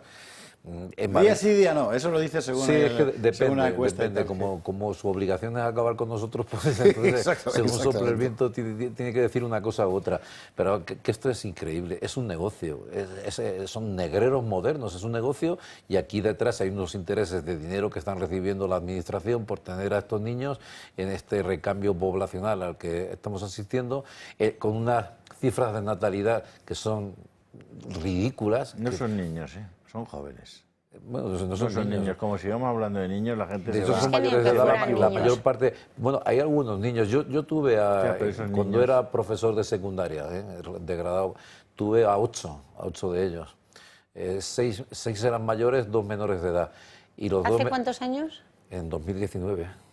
Ah, bueno, hace poco, sí. Claro, antes de entrar en la política, el último año que estuve yo trabajando como profesor, y los 2 pequeñitos lloraban todos los días. Y ya les pregunté, porque encima es que los meten en el colegio y no sabían ni hablar español, solo hablaban árabe, no sabían ni inglés, ni hay un idioma en medio para poder... Pero, en fin, conseguí más o menos entenderme y resulta que lo que querían era volver a casa a las criaturas.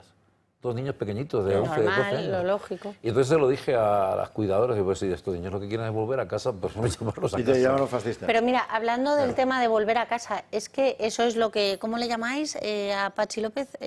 Pachímides, ¿no? Es que eso es lo que me sorprende del mensaje de Pachímides, ¿no? La legalidad. Que apliquen la legalidad, dice. No, perdone, es que aplicar la legalidad es repatriarles, que es lo que se nos olvida constantemente en esta nación, es que estamos hablando de cometer una ilegalidad constante en el momento que aceptamos y asumimos repartir ilegales por toda la nación. Ilegales. Es que yo no me canso de recordarlo, porque es que asumimos el hacer de una ilegalidad lo normal, ¿no? Y esa es la realidad, ¿no? Entonces, que se destape lo que está pasando en los centros estos de acogida, trapicheando con drogas y con la historia con las cuidadoras, toda la si no las tienen por la ventana, ese tipo de cosas control, que tampoco se dice nada de este los escapes y tal. Las chicas que prostituye la señora. Sin contar a las chicas que se prostituyen. Eso es otro mundo. Pero el tema, vayamos a la base, vayamos a aplicar la ley de extranjería, que en este país no se aplica conscientemente y deliberadamente por 2 partidos políticos que son los principales partidos, supuestamente, que mandan en la posición global de la nación, que son el Partido Popular y el Partido Socialista. Antes de que me cortes, José Javier, es que el otro día, te lo tengo que decir porque leía un tuit de Ayuso, ya sé que vamos de tiempo, pero leía un tuit de Ayuso que dije, es fake, ¿no? O sea, tuve que subir y bajar 2 veces porque digo, esta mujer ahora viene con el discurso este de que si va a ir al tribunal, de verdad, es que me entraba risa porque me entraba cuando lo leía, digo, pero el Partido Popular, ¿en qué piensa cada vez que, o sea, rompe los gobiernos con Vox, pero luego esta señora dice que va a llevar al Tribunal Europeo el tema del reparto de los menas en unas comunidades autónomas y en otras sí? Señora, entérese ya, Partido Popular, entérese ya, que aquí estamos al servicio de los golpistas. Esto es lo que... Claro, es que eso es lo que quería mostrar ahora. ¿Por qué no se recomponen ahora? Eso es lo que quería mostrar ahora. Esa es la cuestión, porque no quieren recomponerlos, porque porque es totalmente partidario electoralista, o sea, es una elección totalmente electoral. Vamos a escucharlos esa es la realidad. Vamos a escuchar a los presidentes de las comunidades autónomas del Partido Popular con este asunto, en qué posición están ahora. Vamos a ver. Habría que recuperar Sino que tenemos que asumirlo de la noche a la mañana. Oiga, ¿qué lo metemos debajo de un puente si no tenemos más sitios donde ubicarlo? Que no cuenten con Aragón. La oposición va a ser frontal. No podemos aceptarlo en ningún caso. Somos una comunidad autónoma solidaria, lo hemos demostrado siempre, pero precisamente la solidaridad empieza por hacer bien las cosas. La región de Murcia no va a acoger más menores porque no puede, porque no tiene capacidad. Quieren aprobar los presupuestos todos. No lo sé, pero mira, vamos a ver. Aquí hay unas cuantas cosas que hay que repetir todos los días precisamente para combatir ese discurso de pobres niños, ¿vale? Marruecos no es un país que esté ni en guerra, ni en miseria, ni con hambre. Marruecos tampoco está superpoblado, tiene una tasa de natalidad del 2,3%, creo recordar. O sea, es ideal como tasa de reposición, ya quisiéramos nosotros. Tiene asistencia social para todo el mundo, ¿eh? O sea, es un país desarrollado, se gasta mucho dinero en armas, en satélites, en estadios. Claro. ¿Por qué hemos de acoger a los adolescentes marroquíes, que no son niños? El gobierno canario hizo la prueba y dijo la consejera del gobierno canario que más del 50%, y lo dejó ahí por pudor, son mayores de edad. El gobierno aragonés hizo la prueba y le salieron el 90 y pico % mayores de edad. Todo el mundo lo sabe. Tener 17 años no es ser un niño vulnerable. Yo lo contaba ayer, y lo voy a contar todos los días. Es que yo con 17 años ya era soldado de la Brunete. Tenía un chopo, tenía un cembe y disparaba. José Javier, ni con 15 años si no eres una persona vulnerable, ¿no? O sea, hay veces que puedes ser una persona vulnerable con 40. O sea, es que no es una cuestión de la edad, cuando ¿no? se habla de minas sí que es una cuestión de edad. Claro, vale. Como yo, el problema es como Julio, que es vulnerable permanente, desde pequeñito. Sobre todo desde que cumplió los 40, que ya sí, pero que nos han metido en la historia de los menas, y con la historia de los menas nos meten a calzador la inmigración ilegal masiva, que es lo que busca este gobierno. En unos problemas que hoy han sido protagonistas de lo que desde mi punto de vista ha sido uno de los 2 grandes momentos hoy de lo que ha pasado en las Cortes. Uno, se lo voy a contar después. El otro es el intercambio Sánchez-Abascal, que tiene 2 minutos y medio, creo que impecables, sobre la cuestión de los menas, de la inmigración y de lo que ha pasado en Salt, que es gravísimo, que hemos visto al Estado naufragando con una insurrección inmigrante asaltando una comisaría. Que esto es una cosa alucinante. Bueno, y que el único, José Javier, y que el único partido que lo ha denunciado precisamente con la ruptura de los gobiernos, pero ya antes, ha sido Vox. Es que en este país todo el mundo ha mirado a otro lado mientras Vox denunciaba esto y le llamaban xenófobo, retrógrada, alejado de la realidad social. No. Es que lo de Salt es lo que vamos a vivir en los próximos años. Este ha sido el intercambio y nos llaman. El intercambio en las Cortes. Sí, bueno, pero... Hemos visto en Salt las consecuencias de la política migratoria de su gobierno y de todas las fuerzas parlamentarias, salvo Vox. Y la pregunta es si están dispuestos a seguir imponiendo este modelo a todos los españoles. Lo pregunto porque ese modelo es la Sharia. Ese modelo es la destrucción de todo un pueblo, de Salt, para lograr que a un imán radical se le dé una vivienda social. Los energúmenos que destruyeron Salt la semana pasada coreaban su nombre, señor Sánchez. El reparto de la inmigración ilegal, de los menas, es decir, de la inseguridad y de la ruina, por toda España, salvo en Cataluña y en el País Vasco. Pero los problemas no se reparten, los problemas se resuelven y se evitan, protegiendo nuestras fronteras, devolviendo inmediatamente a quienes entran ilegalmente en nuestro país, es decir, con billete de vuelta, y devolviendo a los niños con sus padres. Escucho y pienso, pero ¿cuánto odio destila usted con los extranjeros que viven en España y trabajan y contribuyen al crecimiento económico de nuestro país? ¿Y qué admiración profesa usted a los oligarcas que trabajan desde fuera para destruir Europa? Señoría, lo que amenaza la prosperidad de España y de Europa no es la inmigración, son los aranceles al campo, a la industria, ante los que usted calla. Yo creo que todo esto la gente debería verlo más, porque Sánchez con estas intervenciones despierta en buena parte de la población un efecto odio, ¿verdad? Claro, es interesante. Yo lo que pasa es que como el debate no existe, como ves, sale por los cerros de Úbeda, con la demagogia, siempre pues no sé si deben verlo o no verlo, porque no se sabe muy bien el efecto que va a producir en una población adocenada completamente y en donde, bueno, con una educación destruida desde hace ya 40 años, pues te puedes imaginar también que pueda pasar lo peor. Pero es que una y otra vez esto se repite en Cortes. Es que preguntas una cosa y contestan otra. Es que es increíble. Hoy también ha estado muy bien Pepa Millán, ha hecho un análisis muy certero, estupendo, y Bolaños ha salido por peteneras. O sea, es que da igual lo que preguntes. Por la petenera habitual. Es una pérdida de tiempo lamentable. Totalmente. Y una falta de respeto completa a los ciudadanos españoles. Estas sesiones vamos, desde luego creo que ya no deberíamos ni transmitirlas, no deberíamos ni darlas, porque bueno, de hecho para no tomar el pelo a la gente. Es una tomadura de pelo. El parlamentarismo español es una tomadura de pelo completa, ya sea en las Cortes, en el Pleno, o ya sea en las comisiones. Bueno, en las autonómicas claro. Eso es interesante. Se ha acabado el parlamentarismo porque se ha acabado el diálogo. Se ha acabado el diálogo porque se ha acabado la racionalidad de la política. Y usted mira, los políticos no sé qué, que siempre han sido así. No, es verdad. No es verdad, ¿no? Yo no sé la experiencia de Julio en Cataluña porque es un ecosistema singular, pero la mía, que fueron Senado 95 a 2004 entre unas cosas y otras, bueno, era un parlamento. O sea, había gente que se peleaba muchísimo, nos peleábamos muchísimo, pero había cosas objetivas sobre las que dialogar, aunque fuera conflictivo, ¿no? Pero quiere decir que había un hilo conductor racional en la política, ahora no. No, ahora es una completa representación teatral. Además, es muy curioso fijarse en las caras que ponen, que son impostadas, las caras de Sánchez y del gobierno cuando habla mi presidente, cuando habla Santiago.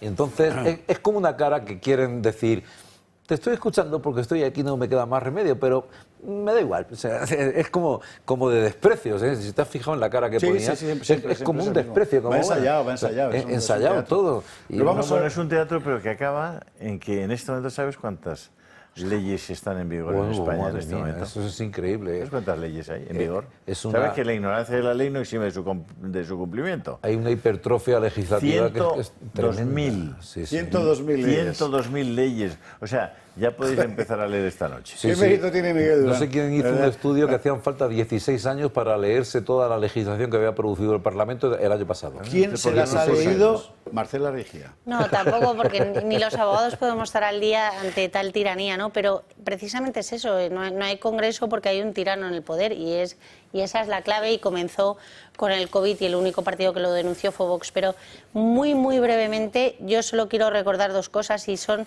de esta intervención de Santiago Abascal, son las imágenes de SALT, que yo creo que las recordamos todos, sí, señor, del fin de semana pasado, y a quién coreaban. Yo creo que ese recordatorio que ha hecho Santiago Abascal hoy en el Congreso, en la Casa de todos los españoles, es muy importante. Coreaban a Sánchez. ¿Por qué? Porque es el que les permite ese estado de asedio y de impunidad. Señores, hay que hacer la publicidad. A la vuelta vamos a ver el segundo gran momento de las Cortes hoy. ¿A propósito de qué? Bueno, derivado de esa guerra de tribunales que hay en España entre, por una parte, la justicia ordinaria, desde el Supremo hasta el último, ¿verdad?, frente al Tribunal Constitucional, que pretende erigirse en instancia jurisdiccional máxima cuando no lo es. No le cuento más, a la vuelta lo veremos. Lo que sí que le cuento es lo siguiente. Recuerde usted que este viernes tenemos presentación de libro en Tercios Viejos, en Madrid, en la calle María Panes 4. La librería Tercios Viejos, si usted no la conoce, tiene que ir, pues en fin, es infinita. Bueno, pues abajo tiene una sala en la que vamos a presentar mi novela El jinete de luz. La batalla de Clavijo, la aparición de Santiago Apóstol a caballo, la victoria sobre las huestes sarracenas, el rey Ramiro, los monumentos del Monte Naranco, ¿qué había allí? Solo nos queda Santa María y San Miguel de Lío. ¿Sabe usted cómo era la concubina del emir Abderramán? Bueno, pues yo sí, porque me lo estudié, es una cosa que cuento en este libro. El viernes que viene... Eres el único autor, el otro día me diste un dato que me quedé admiradísimo, José Javier, que más ha vendido en Amazon. No, efectivamente, en Amazon tenía la semana pasada, dentro de los 30 más vendidos en historia, tenía 2 libros míos. Sí, está muy bien, Franca, y gracias a los lectores. Y este, bueno, o sea, a mí me ha quedado fenomenal. Si no, que se lo cuente Carmen Álvarez de Vela, que está encantada con la novela. No sabe usted qué alegría que te escriba alguien diciéndote, no veas, no sé. Bueno, te pones así. A la publi, venga, basta. Publicidad y a la vuelta nos vamos. ¿Qué? Sí, nos vamos a las Cortes después. 7 millones de personas viven en nuestro país con artrosis, una enfermedad degenerativa que va desgastando el cartílago de las articulaciones, produciendo dolor e inflamación. Aunque es una patología que no tiene cura, existen 3 tratamientos muy novedosos para tratar sobre todo el dolor que es tan incapacitante. Uno de ellos son los guantes de Relax Quanti Nanotex. En sesiones de 20 minutos ofrece los tratamientos más innovadores recomendados por los reumatólogos para las personas con artrosis de manos sin tener que moveros de casa. Para los que lo tenéis localizada en la rodilla, la solución es la rodillera, que utiliza ondas de radiofrecuencia que genera el calor y disminuye el dolor, permitiendo recuperar la movilidad. Y por último, este cinturón para aliviar el dolor en la zona dorsal y lumbar, gracias a una combinación de láser dual, infrarrojos, calor local y masaje por vibración. No lo dudes, llama al 900-730-122 y di adiós al dolor de manos, rodilla y ahora también de la zona lumbar.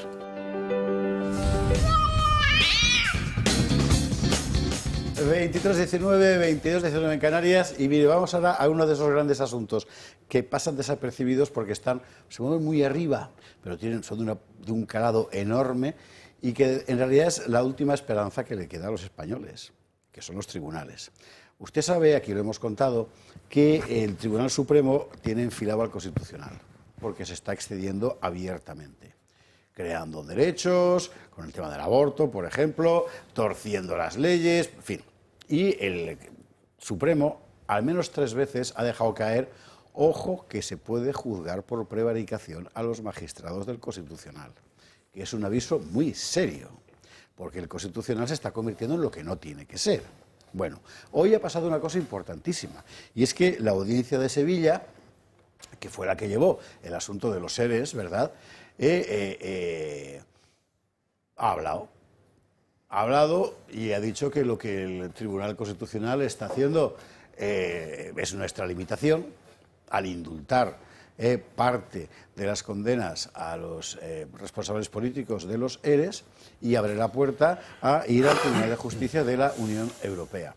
Y esto es muy importante en sí mismo y es muy importante también por los efectos que tiene, claro, en el contexto de esta guerra de tribunales que le digo, entre los tribunales de verdad, los ordinarios o de los jueces, que tendrán sus cosas, pero bueno, digamos que tienen un código al que atenerse, ¿verdad? Y el Constitucional, que hace, como diríamos en términos de derecho constitucional clásico, lo que le sale del níspero, que es exactamente donde estamos ahora mismo. Bueno, Claro, el PSOE lleva desde esa sentencia del Constitucional diciendo la justicia nos ha amparado, la justicia demuestra que todos los seres es un montaje del PP. Cara, en fin, tienen, pues eso. Y hoy ha ido con este asunto al Congreso, claro. Bendodo se lo sacó a María Jesús Montero y María Jesús Montero reaccionó de la guisa que vamos a ver. La Audiencia Provincial de Sevilla acaba de pronunciarse diciendo que las sentencias del Constitucional sobre los ERES son contrarias al derecho y a la lucha contra la corrupción. A eso les pasa a ustedes por forzar al Constitucional y utilizarlo como túnel de lavado de los ERES. Señora vicepresidenta, ¿sigue usted diciendo que se siente orgullosa de que la relacionen con todos los condenados por los ERE? Es que cada vez que hablan ustedes de la justicia, hablan del cáncer, del Estado de Derecho, hablan de túnel de lavado, hablan de todo aquello que desprestigia a las instituciones,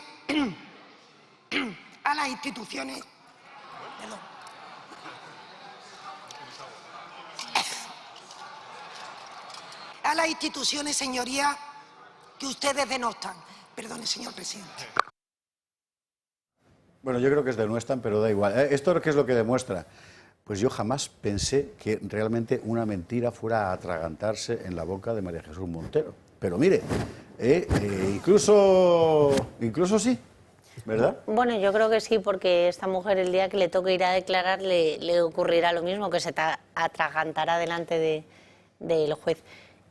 El caso de los seres, la verdad que, en mi opinión, y bueno, cogido con pinzas, pero la realidad jurídica también, porque precisamente por lo que tú muy bien apuntabas, José Javier, de la realidad jurídica dentro del orden jurisdiccional y de lo que no es el orden jurisdiccional, porque el Tribunal Constitucional solo interpreta la Constitución, no está dentro de lo que consideramos los órganos jurisdiccionales ordinarios para apelar, ¿no? Es un fraude de ley y esa es la realidad. Y al final aquí lo que subyace detrás, y con toda esta sentencia que, bueno, ya cuando la conocimos los españoles y en concreto las personas que nos dedicamos al mundo del derecho, ya vimos que era una falta de garantías y una falta de seguridad jurídica, que a la postre lo único que provoca es una quiebra del Estado de Derecho, ¿no? Y del imperio de la ley. Y al final es una amnistía al antojo de estos corruptos que fueron condenados por el caso de los ERES, que deberían de continuar condenados y que al final, por un tema de interpretación constitucional y garantista, se han visto liberados de su condena, en mi opinión, en un claro fraude de ley. Estos días se ha conocido bueno, cómo Donald Trump, que tiene voluntad política de gobernar y que sabe lo que quiere hacer, ha comprobado cómo la izquierda, sobre todo la administración demócrata, la de Biden y sus amigos, estaban dispuestos a encerrar, a matar, a llegar hasta las últimas consecuencias en la aniquilación de sus adversarios políticos. Y Donald Trump lo ha entendido. Entonces ha llegado al poder, ha montado un equipo de gente muy competente y les ha dicho, no les vamos a pasar ni una. Y Elon Musk publicó un tuit que decía, Nemo me impune la que sit. Es decir, nadie me agrede impunemente. Entonces, lo de gobernar se lo han tomado en serio. A mí lo que me está preocupando cada vez más aquí en España es que quien representa al Partido Popular y el propio Partido Popular de verdad no se está tomando en serio que lo que está haciendo la izquierda con nosotros es tratar de exterminarnos. Está conculcando uno por uno todos y cada uno de nuestros derechos. Y frente a eso hay que reaccionar mucho más contundentemente y mucho más seriamente. Y hay que enviar un mensaje a la gente en el sentido de decirles, si gobernamos, lo que ha hecho Trump va a parecer poco para lo que hay que hacer aquí. La transparencia que está buscando Trump y está consiguiendo en el gasto público en los Estados Unidos, el solo hecho de que haya de una sola frase prácticamente acabado con la cultura woke en los Estados Unidos. Hoy mismo Donald Trump ha decidido cancelar los 175 millones de dólares que envía el gobierno federal a la Universidad de Pensilvania por el hecho de que organizó una carrera de natación y permitió la participación de un trans. Bien. Eso lo ha hecho.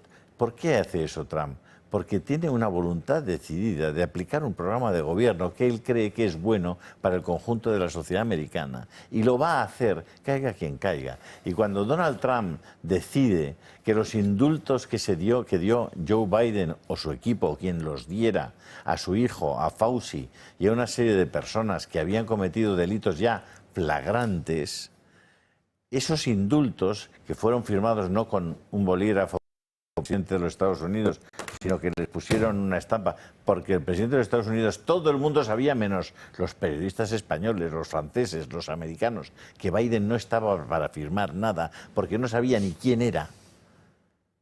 Pues ha llegado Trump y ha dicho, yo voy a gobernar, pase lo que pase, porque si no, no merece la pena llegar. Por eso me preocupa tanto el Partido Popular. Porque vamos a volvernos locos explicando las cosas, contándolas, diciendo qué es lo bueno, propiciando las mejoras. Y vamos a estar con unos señores que quieren continuar la tarea del señor Sánchez. Es decir, hay que exigir al Partido Popular que salga de una puñetera vez y diga, como están diciendo ahora, que lo de los menas no. Pero es que hace 6 meses decía que lo de los menas sí. Si el Partido Popular apoyó de forma descarada a Kamala Harris y apoyó descaradamente al Partido Demócrata, si tuvimos a la portavoz en el Congreso diciendo que Kamala era, bueno, poco menos que una intervención divina la que la había llevado ahí. Y entonces, volviendo al asunto local, lo de la audiencia de Sevilla. Yo no sé el alcance que va a tener esto, pero me temo que poco. Si vamos a esperar que la Unión Europea, a mí me parece que por ahí... No creo que no lo hacen por eso. Yo sinceramente creo que no lo hacen por eso y por eso lo he puesto en relación con lo del Supremo estos días atrás. O sea, son toques al Constitucional. Efectivamente, que, como esa os es la paséis, clave. vamos a por vosotros. Claro, y es gordo, ¿eh? Pues ya veremos. Es gordo, y aquí enlazo con lo que está diciendo Julio antes de dar la palabra a Marcela, porque usted estará pensando, ¿y qué tiene que ver lo de Trump y no sé qué con esto? Pues mire, mucho por lo siguiente. Le traduzco al esparcés lo que acaba de decir Julio. El partido que venga a gobernar después necesariamente va a tener que empezar a fondo una rectificación institucional sin paliativos y sin contemplaciones. Porque lo que ha hecho Sánchez es eso. Si ahora llega un PP que por la cosa de la institucionalidad, como a ellos les gusta decir, en la práctica lo que va a hacer es mantener todos los organismos de control del poder de hecho en España, empezando por el Constitucional, estamos perdidos, no va a servir para nada. Y el PP no acaba de entender, a lo que a mí se me alcanza, que va a tener que hacer eso y además que debería decirlo, porque todo esto que Trump está haciendo es lo que ha dicho que iba a hacer y la gente lo ha votado. Y si no, se rompe, si cree usted se rectifica, en fin, para no escandalizar a los moderados. Todo lo que ha hecho Sánchez en términos de desmantelamiento y reconstrucción institucional a su favor, estamos perdidos. Bueno, tendrá que salir alguien, perdonadme, pero tendrá que salir alguien a explicar que estos señores han decidido, por ejemplo, quedarse con más de la mitad de la capacidad industrial y energética de este país en términos de las empresas que la representan. Y han cogido al Partido Socialista de Cataluña y algunos pobrecillos masones que hay alrededor del Partido Socialista de Cataluña y de Esquerra Republicana, y lo que están haciendo es quedarse con el control de la mayor parte de las compañías y tener en este momento el mayor holding industrial. Ahora mismo ya se han quedado también con Telefónica. ¿Para qué? Para repartírselo con sus amigos, para hacer que los medios de comunicación cada vez estén más constreñidos, porque saben que muchas de esas compañías son claves para que los medios de comunicación sean libres o no. Es decir, lo que están haciendo con el PSC, lo que están haciendo con Criteria Caixa, lo que están haciendo con lo que han hecho con Telefónica, con Indra, etcétera, etcétera, es un auténtico golpe de Estado económico. Es decir, que vayan el señor Payete, presidente de una empresa privada que cotiza en la Bolsa de Nueva York y en la Bolsa de Madrid, se tenga que ir un viernes por la tarde a la Moncloa, a oscuras, y se encuentra ahí con Enrique Goñi, un señor que sirve a los intereses del señor Fainé en Criteria y en la Caixa, y con el señor Ángel Simón, que es un señor que preside o es el consejero delegado de Criteria Caixa, es decir, de las empresas de las que os estoy hablando, y esos señores, junto con un señor del gobierno, le digan a Payete: te vas a la puñetera calle. ¿Me queréis explicar en qué rayos de país estamos?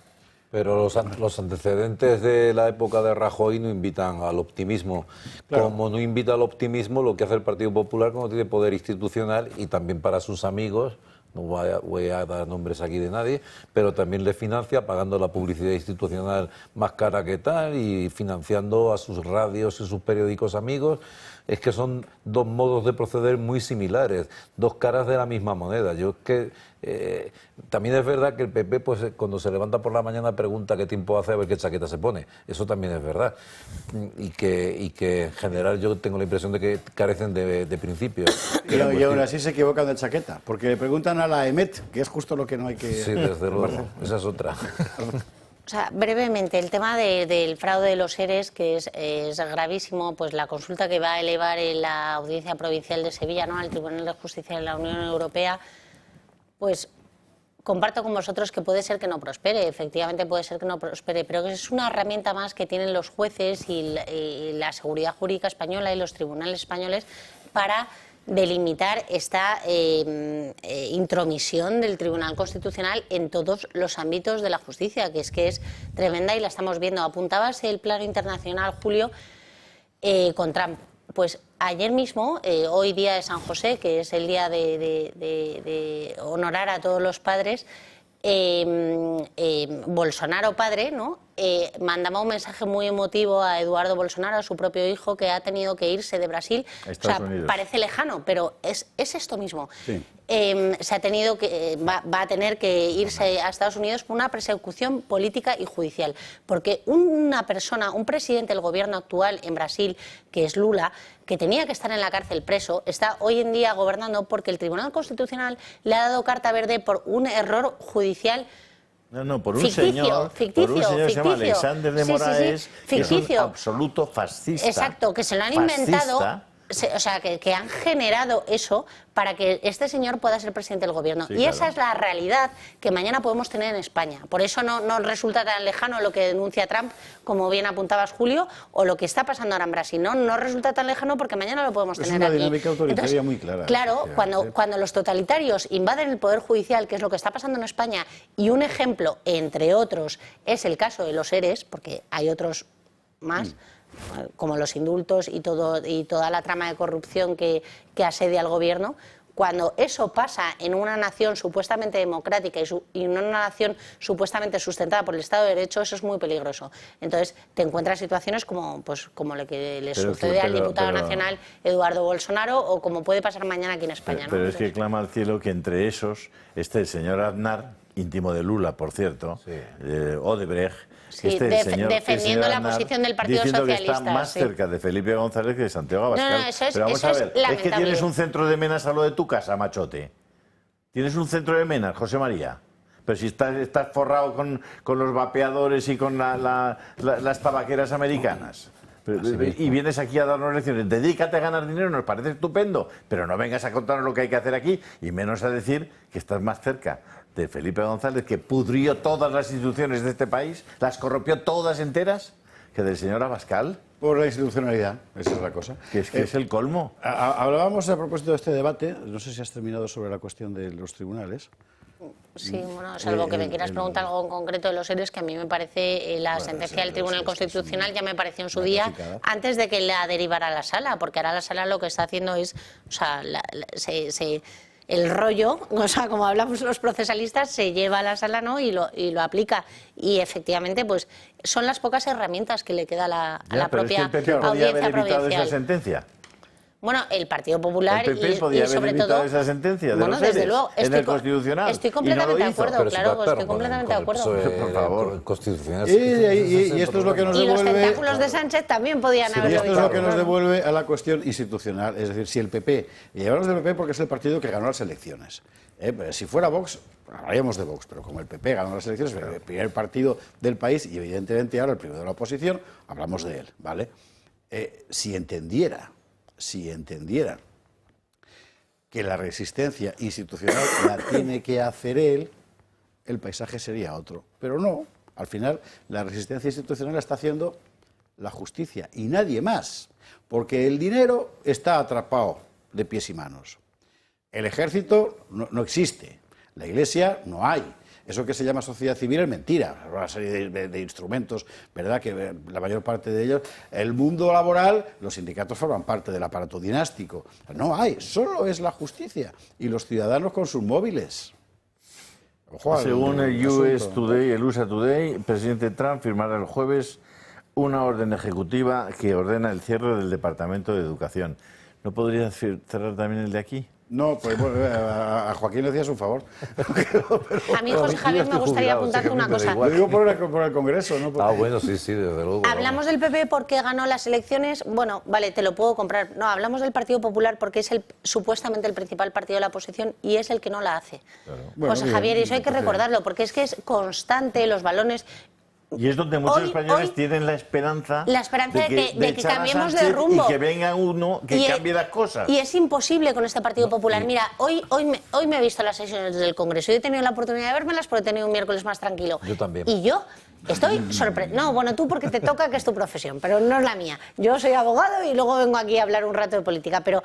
Hoy estaba sorprendida, digo, pero este señor, el señor Feijóo, feroz contra Sánchez. Y luego se va a Moncloa, ahí cuando se reúne con los filotarras y con los golpistas. Entonces es una cosa tremenda, porque ese es el principal partido de la oposición. Entonces, bueno, hablamos de él porque sí, pues porque podría haber sido el partido que gobernase porque era el partido ganador, pero no. Hablamos de él porque no hace oposición. Marcela, hablamos de él porque es muy vergonzoso que acudiera a la reunión con Sánchez. Sí. Es que es vergonzoso. Muy lamentable. Y además le bastaba, no tenía que ir a defender a Vox, le bastaba con decir, si va Bildu no voy yo. Exacto. Era suficiente, pero es que ni siquiera eso fueron capaces de hacer. Entonces la gente que con mucha... gente muy maja y gente muy buena y gente muy razonable y tal, que creen todavía que el Partido Popular es la esperanza y que va a cambiar las cosas y tal... Se están decepcionando, están entrando en auténtica depresión. Pues claro, si estos son los nuestros, ¿qué van a hacer cuando lleguen? Y se está produciendo un efecto que yo creo que es extremadamente pernicioso, y es que la oposición del Partido Popular se podía centrar en una cosa que es evidente, que es la corrupción que salpica este gobierno ya por todos sitios. Pero no puede hacerlo mucho porque entonces los otros les echan en la cara la suya. Que este es un problema también. Y entonces parece una partida de ping-pong aquello. Que tú los eres, anda que tú la hurtes, y tú tal, y tú lo otro. Entonces, el Partido Popular está imposibilitado para hacer esa oposición. Yo creo que esa oposición la está haciendo Vox. Pero el otro día vimos a esta ministra, que es una hooligan, no me acuerdo cómo se llama, diciendo que hay varias que aceptan ese calificativo. Una cara muy desagradable. Redondo, la de las plumas. Sí. Redondo. Que hay que ilegalizarnos. Que de golpe y porrazo te diga una señora bueno, y eso puede pasar que a 3 millones de personas... No, eso puede pasar en este país, no lo descartemos. O sea, no descartemos esa situación y además se avecinan y dan pasos para que sea posible que en el caso se consuma. de que planteasen la ilegalización de nuestro partido, ¿qué haría el Partido Popular? En mi opinión, ir a la poner la cara Sánchez, de perfil, hombre. pero claro, si es que al Partido Popular le interesa está. que Vox no exista, vamos a ser claros, pero la realidad yo creo que es un poco lo que apuntaba Julio, y es esa, que al final constantemente están perdidos. Pues, es que no están a lo que tienen que estar, ¿no? Hay que sacar un tema antes de irnos a la publicidad. Hemos hablado de lo del Papa, vamos a hablar inmediatamente después de la publi, hablaremos de la singular situación del Papa Francisco. Nunca ha habido tanta opacidad informativa, pero antes de eso yo querría recordar la cuestión de las residencias, que para nosotros, por lo que le contaba al principio del programa, es muy importante, porque aquí nosotros desde el principio enseñamos el documento del Ministerio de Sanidad que señalaba el protocolo para las residencias de mayores durante la pandemia.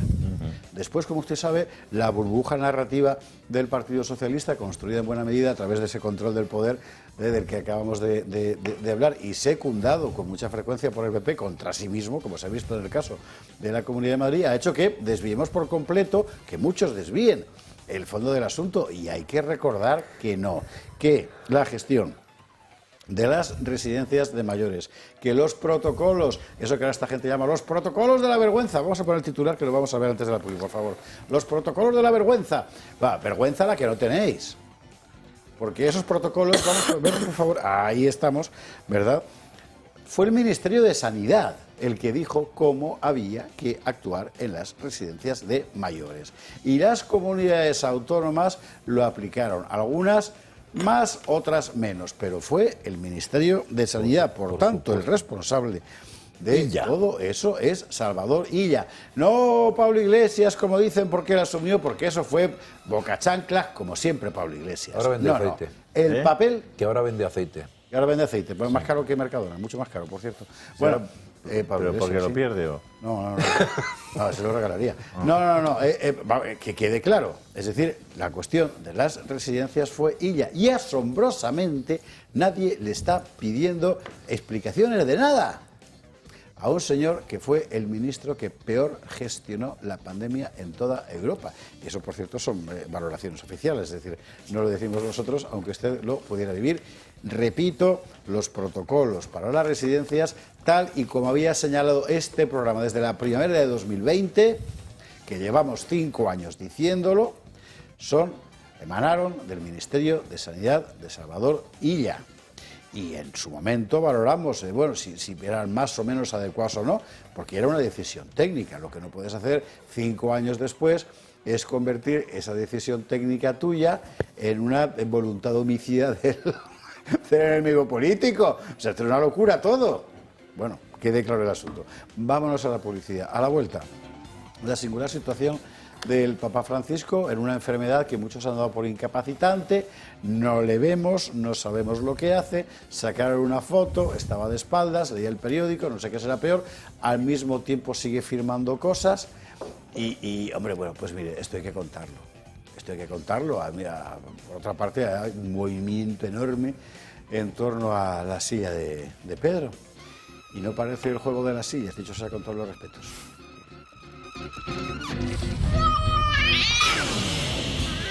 El 23:45, 22:45 en Canarias. Vamos con la cuestión del Papa Francisco. Es un tema del que aquí no hemos hablado fundamentalmente por prudencia. Alguna vez lo hemos comentado precisamente en estos términos, es decir, no sabemos lo que pasa, no vamos a contar nada. Pero claro, llega un momento en que tienes que contar que no sabes lo que pasa.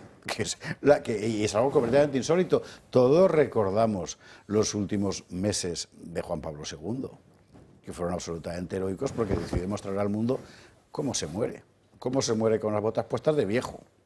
Y lo recordamos todos, los más mayores, desde luego. De Benedicto XVI no podemos decir lo mismo porque, como usted sabe, fue relevado. Dejémoslo ahí. Bueno, ahora tenemos un Papa muy mayor, con un pontificado ciertamente polémico y en una situación en la que llevamos semanas sin saber lo que le ocurre. Ni se está mejor, ni se está peor, con unos informes médicos con frecuencia contradictorios. Bueno, Miguel Gutiérrez ha hecho un pequeño no, porque Miguel nunca hace cosas pequeñas. Ha hecho un excelente informe sobre la situación y sus consecuencias, que claro, son muy graves, porque alguien sigue tomando decisiones en el Vaticano, decisiones que comprometen a toda la Iglesia. Informe Gutiérrez. La situación del Papa tras enfermar está cubierta por una capa de lo más opaca. Los fieles no conocen el alcance de la neumonía bilateral que sufre Francisco, que le ha llevado incluso a la insuficiencia respiratoria aguda y a precisar de asistencia médica constante. A pesar de la gravedad de su estado, su pontificado sigue funcionando, lo cual es, al menos, sorprendente. El Vaticano ha convocado una nueva asamblea eclesial para el año 2028. Así, la Iglesia retoma el Sínodo de la Sinodalidad, que comenzó en 2021 y culminó el año pasado. Recordemos que esta iniciativa congrega a obispos, sacerdotes, religiosos y laicos para ejercer un papel consultivo en una serie de temas que la Iglesia quiere abordar.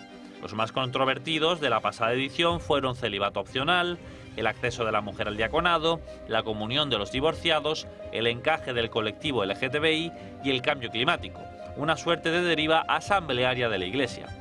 Pues bien, todo eso se vuelve a poner en marcha mientras la salud del Papa es delicada. Cuesta creer que en tal condición el pontífice sea capaz de impulsar y de firmar medidas como esta. Sin embargo, no sabemos mucho de su condición, pues los comunicados del Vaticano son escuetos. Ante esto, ha comenzado el debate de la sede impedida. Se trata de una institución jurídica dentro del derecho eclesiástico que se refiere a la situación de emergencia en la que el Papa o un obispo no puede ejercer sus funciones debido a algún tipo de impedimento, como puede ser una enfermedad, una ausencia prolongada, cautiverio, incapacidad mental o física, etc. De declararse en el caso del Papa, sería el cardenal secretario de Estado o la Congregación para los Obispos los que asumirían el control de la Santa Sede y de la Iglesia. No parece que esta opción tenga muchas papeletas, menos tiene aún la renuncia del Papa como hizo Benedicto XVI. Así lo ha confirmado el cardenal secretario de Estado Pietro Parolin. Asegura que Francisco atiende los asuntos urgentes e importantes y da indicaciones para solucionarlos. Así las cosas, en medio de esta opacidad, nos preguntamos, ¿quién está dirigiendo la Iglesia? Claro. Y me parece que es enteramente legítimo que los fieles hagan esa pregunta, sobre todo cuando no hay una información lo suficientemente clara y, por el contrario, hay mucho grupo hablando y diciendo cosas. Grupos, por otra parte, alineados con el sector más furibundo. Sinodal. Sinodal, venga, sinodal, exactamente. Ecuménico. Más sinodal de la Iglesia francisquista. Sí. No sabemos, ¿no? Bueno, yo si queréis seguir en serio el tema de lo que va pasando, y coincido con el diagnóstico de José Javier, es probablemente la situación de más opacidad en la sala estampa que hemos conocido nunca. Además, en general, los avances sobre el estado de salud del Papa ya no los dan los médicos, lo han dado en muy pocas ocasiones, sino que es los periodistas de la sala estampa, la que se encarga de la comunicación del Vaticano, los que dan esa información. Con lo cual, claro, ahí se trasluce que los médicos no pueden contar gran cosa y que lo que pueden contar en un momento dado casi es mejor que no lo cuenten, porque primero el Papa tiene que morir dentro del Vaticano, dentro de las murallas del Vaticano, y parece que se está preparando en este momento, se está disponiendo para que todos los cuidados, incluidos sobre todo la oxigenoterapia, todo lo que hace, lo que él necesita simplemente para poder respirar, se está instalando en donde el Papa reside habitualmente. ¿En Santa María? Sí, Santa Marta. Santa Marta, para que él pueda recibir allí y en caso de que eso acabe en su muerte, pues esa se produzca en Santa Marta, ¿no? Infovaticana es probablemente el mejor medio, sí, para contar esto, que mejor está explicando día a día, minuto a minuto casi, lo que está ocurriendo, y al mismo tiempo denunciando que efectivamente con un Papa que aparentemente está imposibilitado para tomar decisiones de calado en la Iglesia, ni de calado ni de no calado, en un momento determinado está casi prácticamente imposibilitado para tomar esas decisiones, ni siquiera para firmar los decretos correspondientes, pues resulta que esos decretos están saliendo y se están tomando decisiones que incluso pueden incidir, y en muy corto plazo lo sabremos, en el propio cónclave que se prepare para después del fallecimiento del Papa, ¿no? Entonces, la situación ahí es muy complicada porque quien salga en el próximo cónclave pues es muy importante, porque en este pontificado pues hay una enorme confusión en muchos temas, específicamente los temas morales y también los temas sociales, y ahí probablemente va a haber que clarificar la posición de la Iglesia a partir sobre todo de fiducia supplicans en muchas materias que han quedado un poco confusas, digamos. Marcela. Bueno, pues totalmente de acuerdo. La verdad no puedo mucho más que añadir de lo que ha dicho Julio. Esta opacidad al final también lo que traslada a los fieles es mucha inseguridad. y esperemos que tarde o temprano se aclaren las dudas sobre la salud del Papa, la verdad. O sea, es que poco más que añadir. Yo añadiría aquello que decía mi maestro Gustavo Bueno del Papa, que le interesaba como una clase lógica de un único elemento, porque hay muy poco, excepción el Papa y el ave fénix, pero que siempre hay un Papa, pero solamente puede haber uno, aunque tuvimos un interregno ahí en donde estuvo, que eso también hubo bastante opacidad, la renuncia de Ratzinger, que todavía yo tampoco tengo muy claro por qué se marchó, ¿eh? Yo no sé si vosotros tenéis noticias al respecto, pero si se cumple la profecía de que después del Papa Negro se acaba el mundo, pues el cardenal Sara está ahí. A ver, en la Iglesia ha habido una infiltración de quienes querían destruirla desde dentro, que ha sido descrita por el propio cardenal Daniels de Malinas, Bruselas, en sus memorias, explicando que había una operación en San Galo en la que se reunían una serie de cardenales para conspirar, cosa específicamente prohibida por el Código de Derecho Canónico, que además excomulga late sentencia a quien digamos, tiene ese tipo de comportamiento, y a partir de lo que se supo de las memorias del cardenal Daniels, pues han pasado muchas cosas dentro de la Iglesia que no han sido buenas para la Iglesia, lo que decía José Javier hace un momento, ¿no? Si estos tiempos son tan confusos, como decía Escrivá de Balaguer, son tiempos donde no hay ni héroes ni santos, y la Iglesia ha dejado de ser luz, y aquí en España el silencio de los obispos en muchas materias es ominoso. O sea, el silencio de los obispos ¿Qué Papa aquí... fue el que dijo aquello de que el humo del diablo había entrado? Pablo VI, ¿no? Pablo VI. Sí, pero era la época del concilio. de los dos famosos, bueno, de Casaroli, de Benelli, de Vilot, y de la infiltración de la masonería, dentro de la Iglesia. Pero ahora mismo la situación es muy, muy compleja, y desde luego en España, por supuesto, tendrán que venir pastores que por fin puedan pues eso, ser luz de verdad y cuidar de sus rebaños, de sus ovejas, ¿no? Porque la grey de los fieles católicos españoles está muy desamparada y muy despistada, y hay muy pocos obispos valientes, muy pocos obispos, se cuentan con los dedos de una mano. Ni una palabra sobre la persecución de los cristianos en Siria y en África, y ni una palabra por parte Bueno, a ver dónde está el cardenal arzobispo de Madrid hablando sobre eso, o haciendo que muchos de los que están siendo nombrados en este momento en la diócesis de Madrid, y que son más proclives a los movimientos LGTBs que a otra cosa, ocupen los cargos de mayor responsabilidad en la diócesis de Madrid. Eso tendrán que explicárnoslo también, porque eso desanima mucho, ¿eh? Y la situación de la Iglesia, en el caso, en España en general, de la Iglesia, de la estructura episcopal, para ser precisos, ¿verdad? Y en Madrid en concreto, para usted no es ninguna novedad, y aquí lo hemos hablado mil veces, en un asunto muy claro, muy evidente, enorme además, no se puede tapar, que era el del Valle de los Caídos y el de la Cruz del Valle, ¿no? Realmente todo esto que está pasando no habría podido, con el Valle quiero decir, no habría podido ocurrir si la conferencia no se hubiera inhibido, y estoy siendo generoso, no se hubiera inhibido la conferencia episcopal. José Javier, Franco sigue en el Valle, no te preocupes. Bueno, sí, esto es una leyenda urbana que habría que contar. Que no vas a poder desmontar. Ya, me imagino que no, porque no se puede levantar. Franco sigue en el Valle. Explica por qué dices eso, la gente ahora se va a quedar... No lo voy a explicar, yo lo afirmo. Pues es una novedad absoluta esa, ¿eh? Ya, bueno, vale. ¿Tú crees de verdad que los monjes del Valle de los Caídos iban a permitir una profanación? Además con un rito estrictamente masónico. Por cierto, ¿Crees que Santiago Cantera lo hubiera permitido? Franco sigue en el Valle. Uy. Y se quería usted perder el gato al agua esta noche. En fin, bueno, vamos a terminar como hemos empezado, que era, acuérdese usted, por Ábalos, ya ve. Bueno, 1,5 nos quedan, es verdad que ahora hay que irse antes por el fútbol.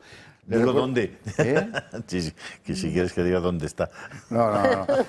Le recuerdo lo fundamental. La UCO, en fin, se ha dado a conocer el informe de la UCO preliminar sobre el patrimonio de José Luis Ábalos y su hijo. Es alucinante. Miguel Gutiérrez ya está preparando un informe sobre este asunto que Dios mediante veremos mañana aquí en El Gato al Agua. De momento lo que aparece es la vinculación personal como autorizado, como titular del señor Ábalos a 250 y tantas cuentas corrientes del PSOE o vinculadas con el PSOE, además de la posesión de un fabuloso inmueble en Colombia. Y más cosas, porque hay más cosas. Para la semana que viene la UCO parece que dará a conocer el resultado del desencriptamiento del móvil de Aldama.